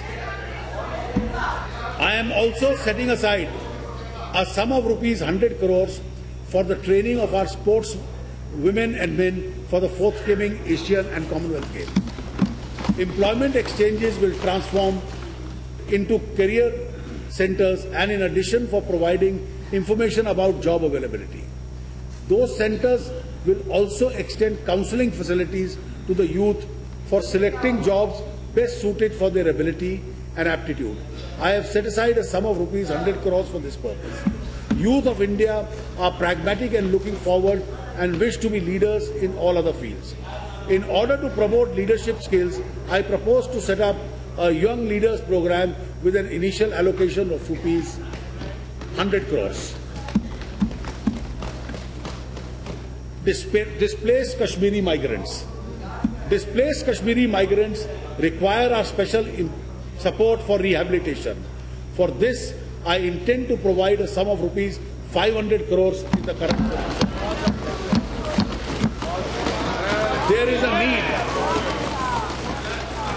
There is a need to increase the capacity in the country for Himalayan studies. I propose to set up a national center for Himalayan studies in Uttarakhand with an initial outlay of rupees 100 crores. It is also proposed to set up a National Academy for Customs and Excise at Hindupur in Andhra Pradesh. Northeastern region has tremendous potential for development of organic farming, which is a growing global demand for organic food. People living in northeastern states can reap the harvest for development of commercial organic farming. To this facility, I propose to provide a sum of rupees 100 crores for this purpose in the present financial year. Northeastern region has suffered from underdevelopment with a sense of isolation due to lack of proper connectivity. Development of rail systems is urgently required to bridge this gap. I intend to expedite the development of rail connectivity in the region, and for this purpose, I have set aside an additional sum of rupees 1,000 crores over and above what is provided in the interim budget. Television is an important tool of expression of our cultural identities and for creating greater awareness of the richness of the diversity of our country. To provide a strong platform to rich cultural and linguistic identity of the Northeast, a new 24/7 channel called Arun Prabha will be launched. Andhra Pradesh and Telangana. My government is committed to addressing the issues relating to the development of Andhra Pradesh and Telangana in the AP Reorganization Act. Provisions have been made by various ministries and departments to fulfill all the obligations of the union government to help both the states. NCT Delhi faces a large in-migration every year. Delhi is plagued by frequent transmission-related problems and issues of water distribution and supply. In order to overcome this and make Delhi into a world-class city, I have proposed to provide rupees 200 crores for power reforms and rupees 500 crores for water reforms in Delhi. In addition, to solve the long-term water supply issues of the capital region, construction of a long-pending Renuka Dam would be undertaken with priority. I have provided an initial sum of 50 crores for this. Andaman and Nicobar Islands are a part of our rich cultural heritage. In order to tide over the communication-related problems, I propose to allocate rupees 150 crores for this purpose. I also propose to provide rupees 188 crores to Puducherry for making its commitments for disaster preparations. Budget estimates. I now turn to the budget estimates of the main budget 2014-15. We have inherited a legacy wherein continuation of financial consolidation cannot be compromised while providing for essential items. However, we have a mandate to fulfill for the people. Keeping this in mind, we have prepared the estimates of expenditure and receipts for the financial year 2014-15. Non-planned expenditure estimates for the financial year are rupees 12,19,892 crores. While preparing non-planned estimates, due care has been taken to fully provide for all the essential activities. Additional amounts have been provided for fertilizer subsidy and capital expenditure of the armed forces. While preparing estimates of capital expenditure, attention was paid to the absorptive capacity of the department and on achieving greater outcome of the financial sector outlay. In 2013-14, planned funds to the tune of rupees 4,53,085 crores could be utilized. Planned allocation of rupees 5,75,000 crores in the main budget of 2014-15 marks an increase of 26.9% over the actuals of 13-14 and has been targeted towards agriculture, capacity creation in health and education, rural roads, national highways, infrastructure and railway network expansion, clean energy initiatives, development of water resources and river conservation plans. Further, through convergence of programs, greater impact from money spent will be achieved. Total expenditure estimates thus stand at rupees 17,94,892 crores. To finance this expenditure, it is estimated that the gross tax receipts will be rupees 13,64,524 crores. After devolving the share of the states, the centre will have rupees 9,77,258 crores. Non-tax revenues in the current financial year will be rupees 2,12,505 crores, and the capital receipt other than borrowing will be rupees 73,952 crores.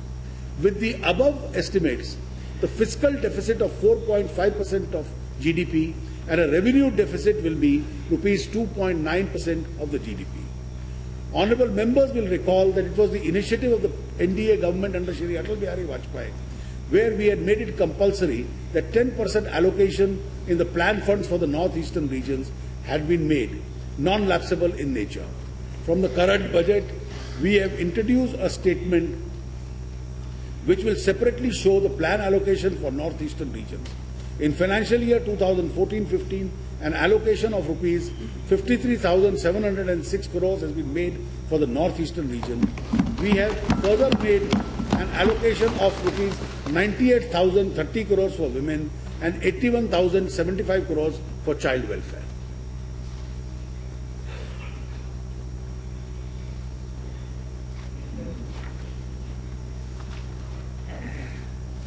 Madam Speaker, I shall now present my tax proposals. Taxation are important for every economy. To fund government expenditure on security and welfare of people, the interim budget 2014-15, my predecessors had set a tax revenue collection target of direct taxes as well as indirect taxes, which appear to be ambitious. I propose to retain these targets. It shall be my endeavour to achieve the same. The impact of tax changes now have of course been factored in the budget estimates of 2014-15. While preparing the tax proposals, I had to encounter challenge of an extremely limited fiscal space.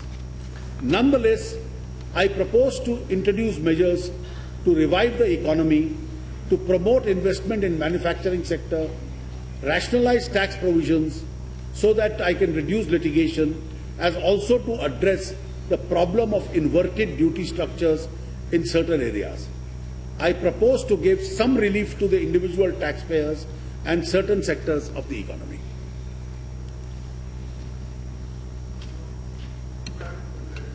Direct taxes. Let me begin with the direct taxes.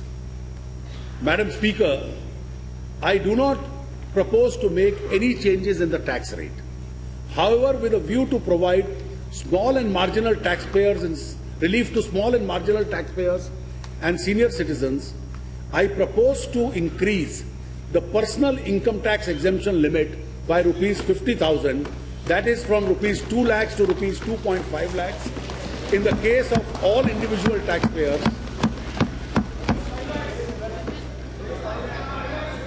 who are below the age of 60 years.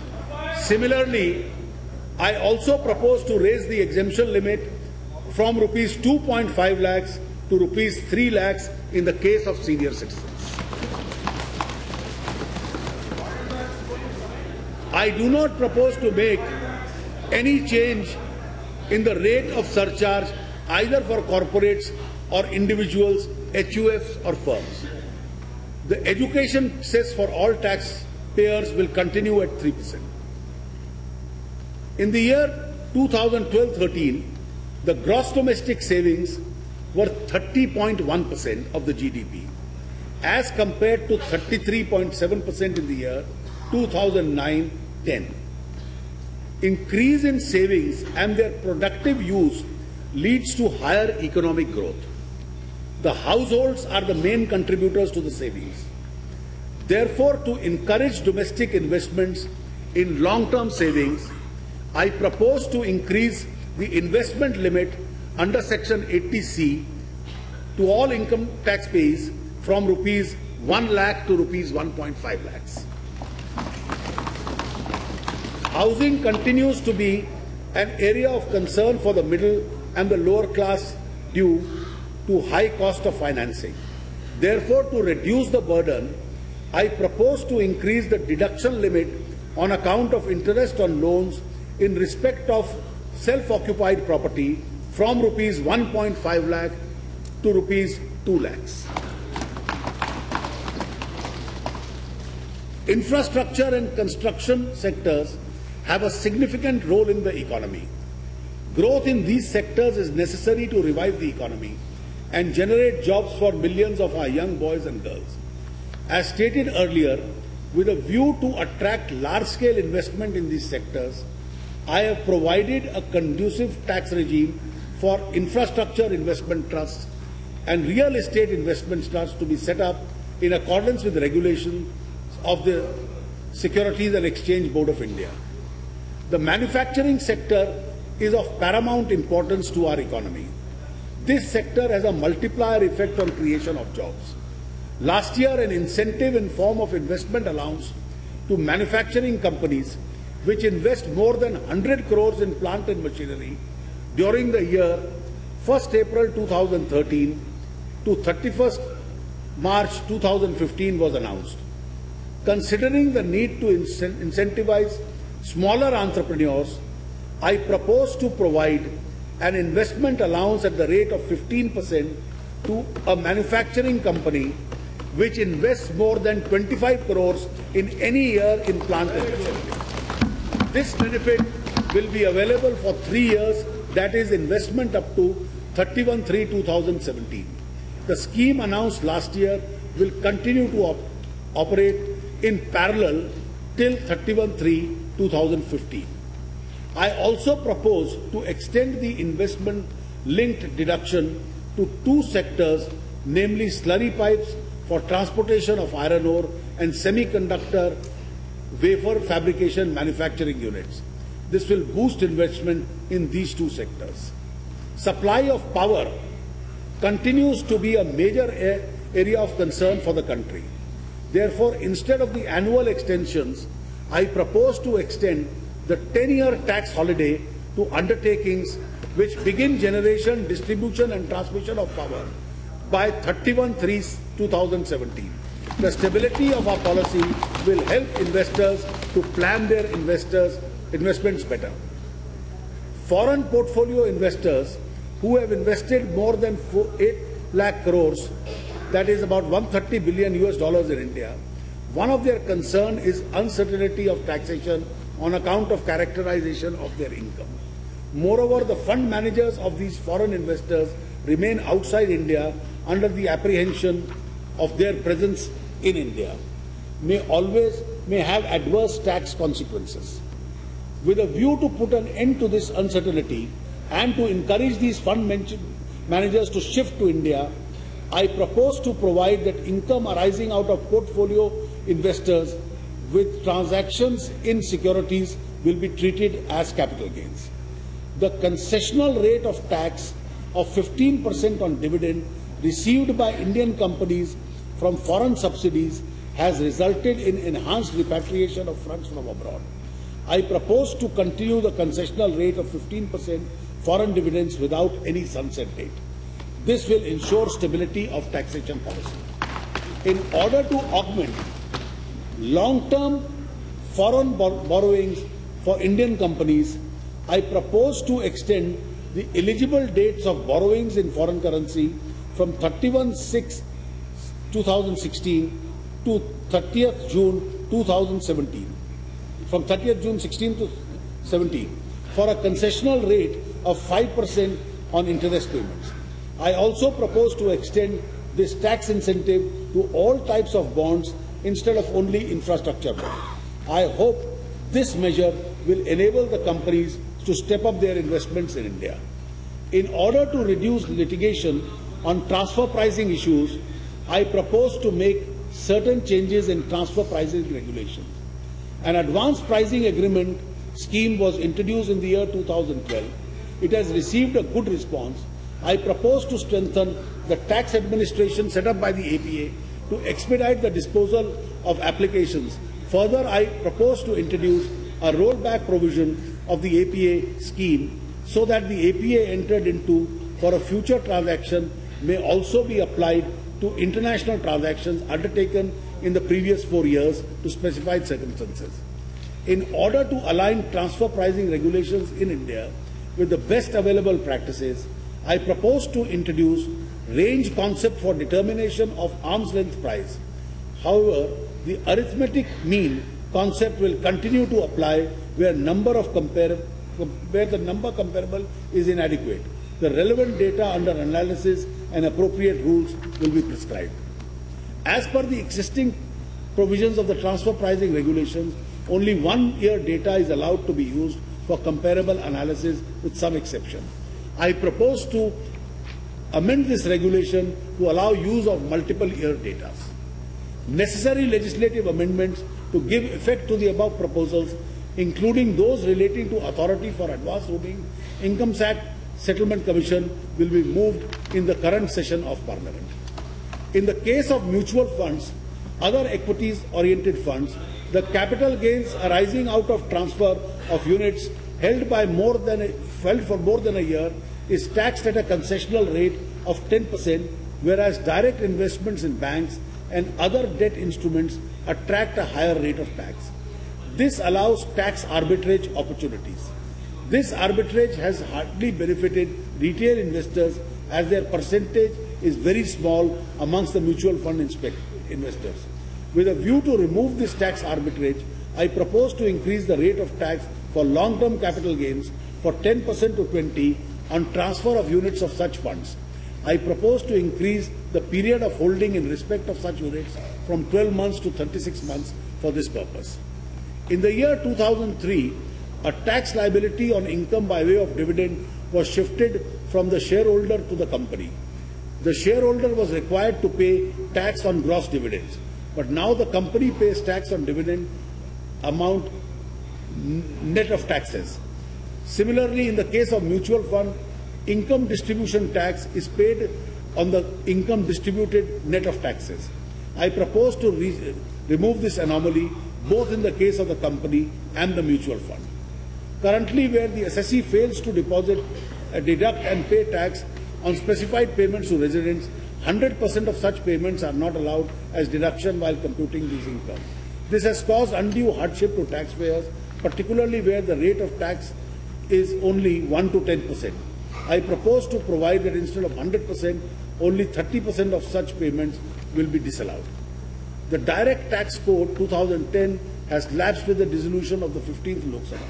Having considered the report of the Standing Committee and the views expressed by the stakeholders, my predecessor had placed a revised code in public domain in 2014. The government shall consider all comments received from stakeholders on the revised code. The government will also review the DTC in its present take and take a view in the whole matter. Income Tax Department is expected to function not only as an enforcement agency but also as a facilitator. A number of Aikar Seva Kendras have been opened in different parts of the country. I propose to extend this facility by opening 60 more such Seva Kendras along with the current financial year to promote excellence in service delivery. The focus of any tax administration is to broaden the tax base. Our policy thrust is to adopt a non-intrusive method to achieve this object. In this direction, I propose to make a greater use of information technology techniques. The net effect of the direct tax proposals is a revenue loss of rupees 22,200 crores. Indirect taxes. I now turn to indirect taxes and shall begin with custom duties. Manufacturing sector is under a stress due to the variety of reasons. To boost the domestic manufacturing sector and also to address the issue of inverted duties, I propose to reduce the basic customs duty on fatty acid, crude palm stearin RBD and other palm sterins specified industrial grade crude oils from 7.5% to nil for manufacture of soaps and oleochemicals. Crude glycerine from 12.5% to 7.5% and crude glycerine used in manufacture of soaps from 12.5% to nil. Steel grade limestone and steel grade dolomite from 5% to 2.5%. Battery waste and battery scrap from 10% to 5%. Coal tar pitch from 10% to 5%. Specified inputs for manufacture of spandex yarn from 5% to nil. In order to encourage new investment and capacity additions in chemicals and petrochemical sectors, I propose to reduce basic custom duty on reformate from 10% to 2.5%, on ethane, propane, ethylene, propylene, butadiene and orthoxylene from 5% to 2.5%, on methyl alcohol and denatured ethyl alcohol from 7.5% to 5%, and on crude naphthalene from 10% to 5%. The demand of the electronics is growing very fast. To boost domestic production and reduce our dependence on imports, I intend to take the following steps. Impose basic custom duty of 10% on specified telecommunication products that are outside the purview of the Information Technology Agreement. Exempt all inputs, components used in the manufacture of personal computers from 4% special additional duty. Impose educational cess on imported electronic products to provide parity between domestically produced goods and imported goods. Exempt 4% SAD on PVC and ribbon used for manufacture of smart cards. Cathode-rays TVs are used by the weaker sections who cannot afford to buy more expensive flat panel TVs. I propose to exempt color picture tubes from basic custom duty to make cathode-rays TVs cheaper. The duty concession will help to revive the manufacturing of the TVs in the SME sector and create employment opportunity. At the same time, to encourage production of LCDs, LEDs and TVs below 19 inches in India, I propose to reduce the basic custom duty on LCD, LED panels below 19 inches and 10% to nil.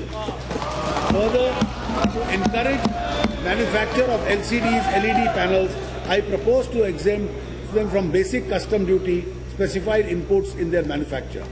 The domestic stainless steel industry is presently suffering from severe underutilization of capacity. To give an impetus to stainless steel industry, I propose to increase the basic customs duty on imported flat rolled products of stainless steel from 5% to 7.5%. We need to maximize our utilization of solar power. The existing duty structure incentivizes imports rather than domestic manufacturing on solar photovoltaic cells and modules. Therefore, I propose to exempt from basic custom duty specified inputs to use in the manufacture of EVA sheets and black sheets, flat copper wires and manufacture of PV ribbons. A concessional basic custom duty of 5% is also being extended to machinery equipment required for setting up of project for solar energy production.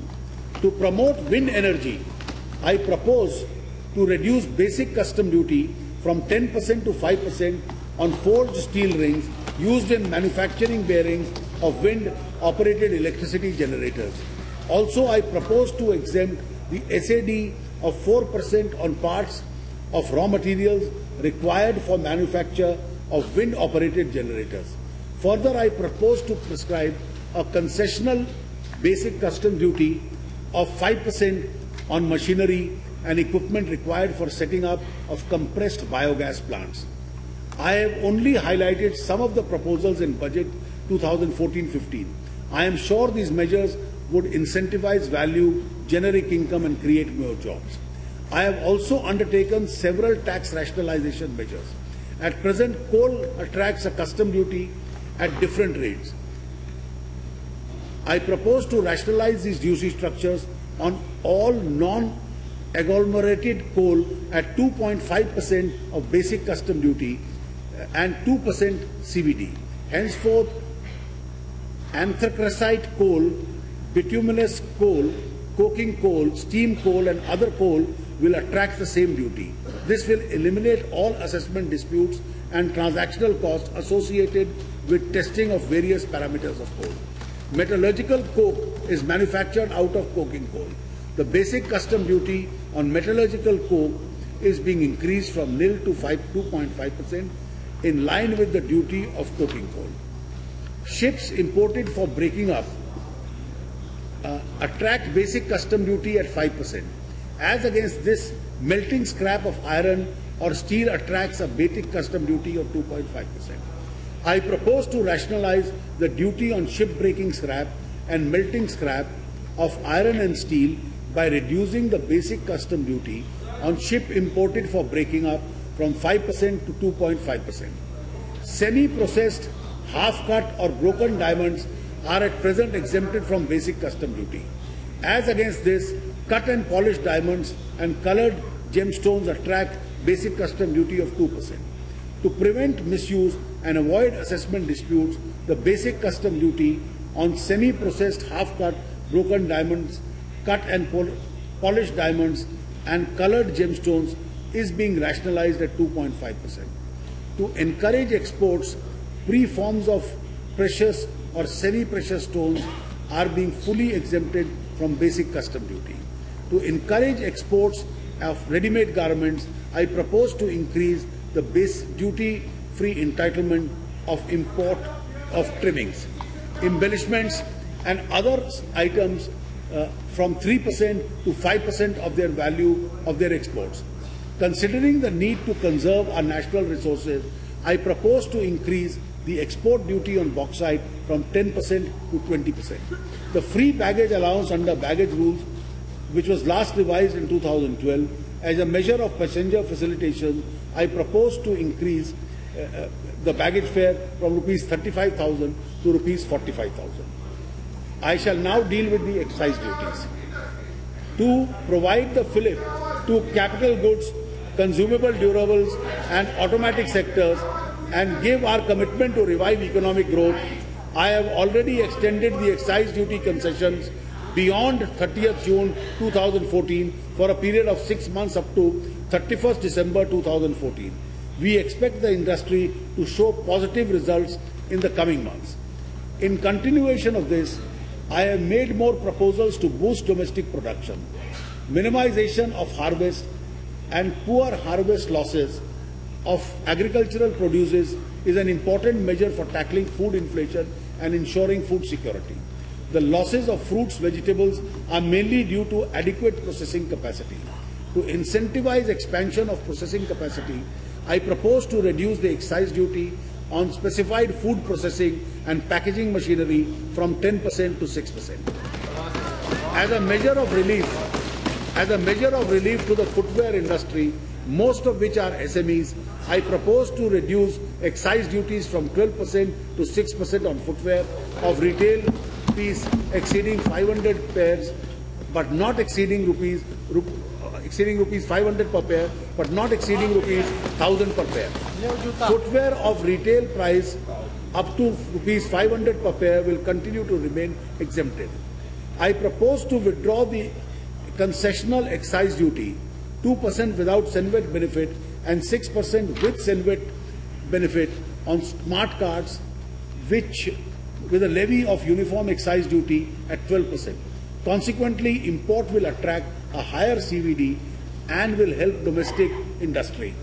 To develop renewable sources of energy, I propose to exempt from excise duty EVA sheets and solar black sheets with specified inputs used in manufacture.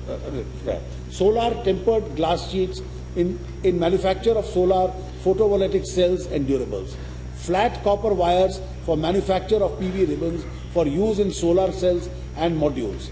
Machinery and equipment required for setting up of a project of solar energy production. Forged rings used in the manufacture of bearings for wind-operated generators. Machinery and equipment required for setting up of compressed biogas plants.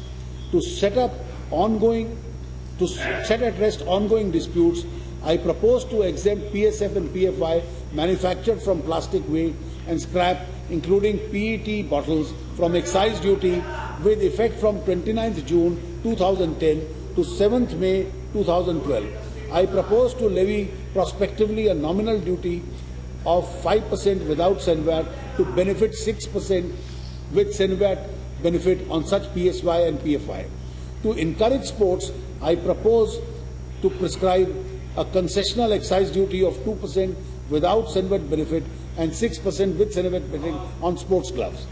While undertaking these measures, I need to mobilize some resources. Although I propose to increase the specific excise duties on cigarettes in a range of 11% to 72%. Similarly, increases are proposed on cigars, cheroots and cigarillos. Likewise, excise duty is being increased from 12% to 16% on pan masala and 50% to 55% on unmanufactured tobacco and from 60% to 70% on gutka and chewing tobacco. I also propose to levy an additional duty of excise of 5% on aerated waters containing added sugar.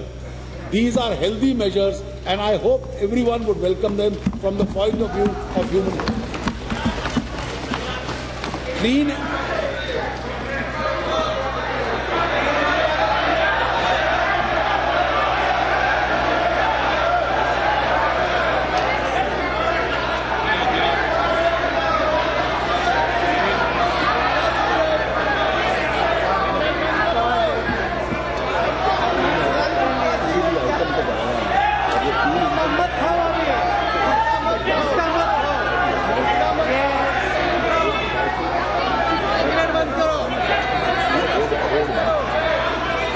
Yes, Mr. Minister.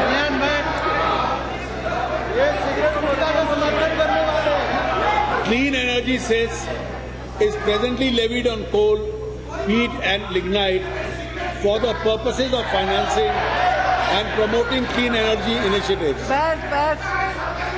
and funding research in area of clean energy. I propose to expand the scope of purposes of levying the said cess, including financing and promoting clean environment initiatives for funding research in the area of clean environment. To finance these additional initiatives, I propose to increase the clean energy cess from rupees 50 per ton to rupees 100 per ton. I shall now deal with service tax. In recent times, amongst indirect taxes, service tax has shown the highest rate of growth. Since my overall objective is to prepare that indirect tax regime for a smooth transition to goods and services, changes have been kept minimal at this stage. The twin object of this sector of indirect taxes are to widen the tax base and enhance compliance. My proposal in relation to service tax are in line with these objectives.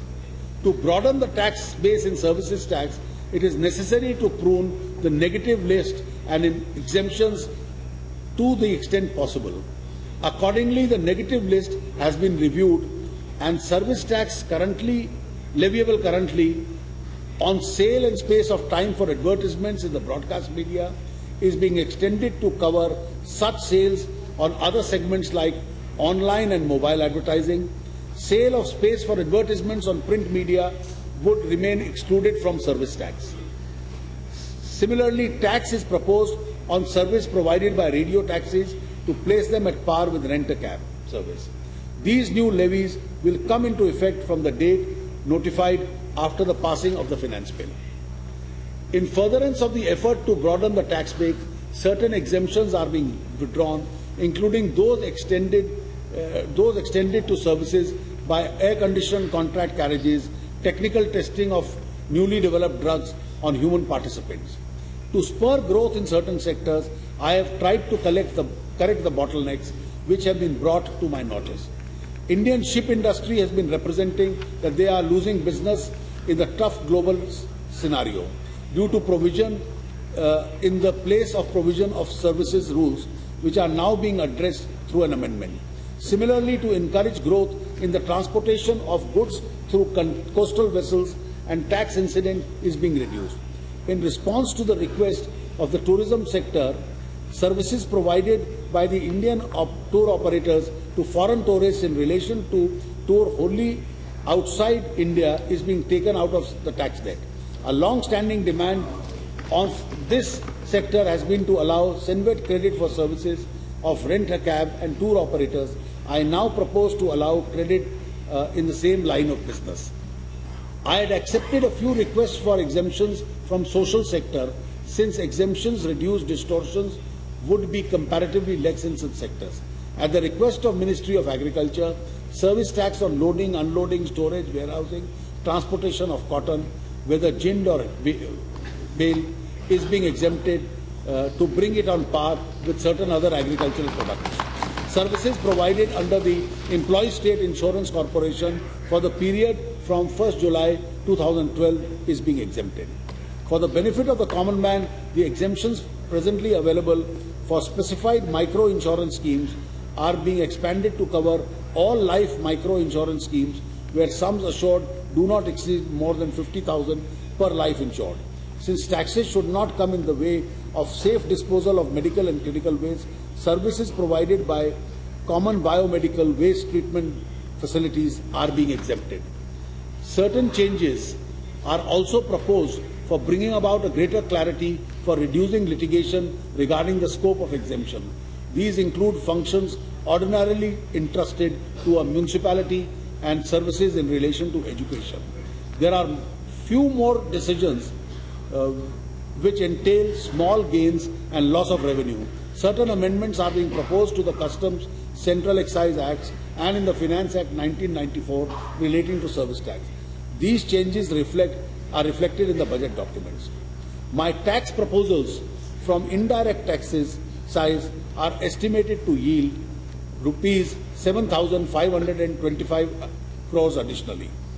I have some more proposals which are in the nature of facilitating trade and resolving dispute.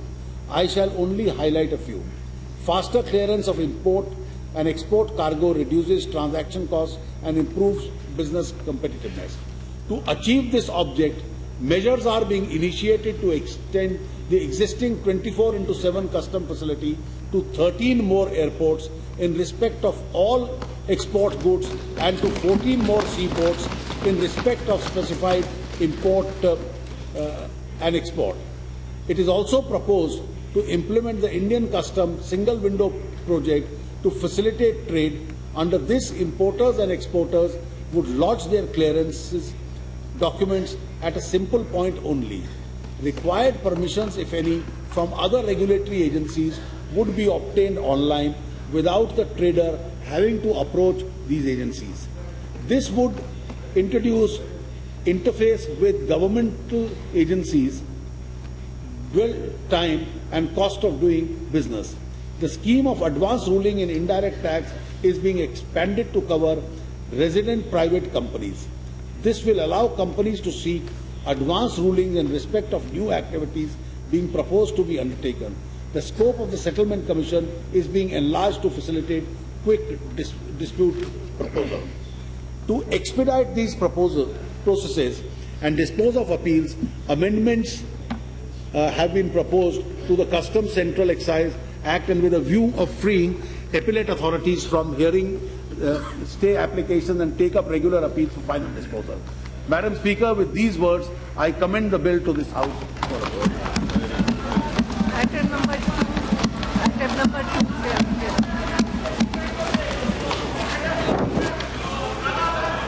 Madam Speaker, I beg to lay on the table. Yes. No, no. Yes. Nothing. Yes. You can speak on this. Yes. Yes. Madam Speaker, I wish to lay on the table the following statement under the Section 3(1) of the Fiscal Responsibilities and Budget Management Act 2003. Microeconomics Framework Statement, Medium Policy Fiscal Policy Statement and Fiscal Policy Strategy Statement. Yes. Now bill to be introduced. Madam Speaker, I wish to move for leave to introduce the Finance Bill 2014. The question is that the leave to be granted to introduce finance bill. Those in favor may say aye. Those against may say no. I think the ayes have it. The ayes have it. The leave is granted. Madam, I wish to introduce the bill. Very good. The House stands adjourned to meet again tomorrow, the 11th July 2014 at 11 a.m. Thank you.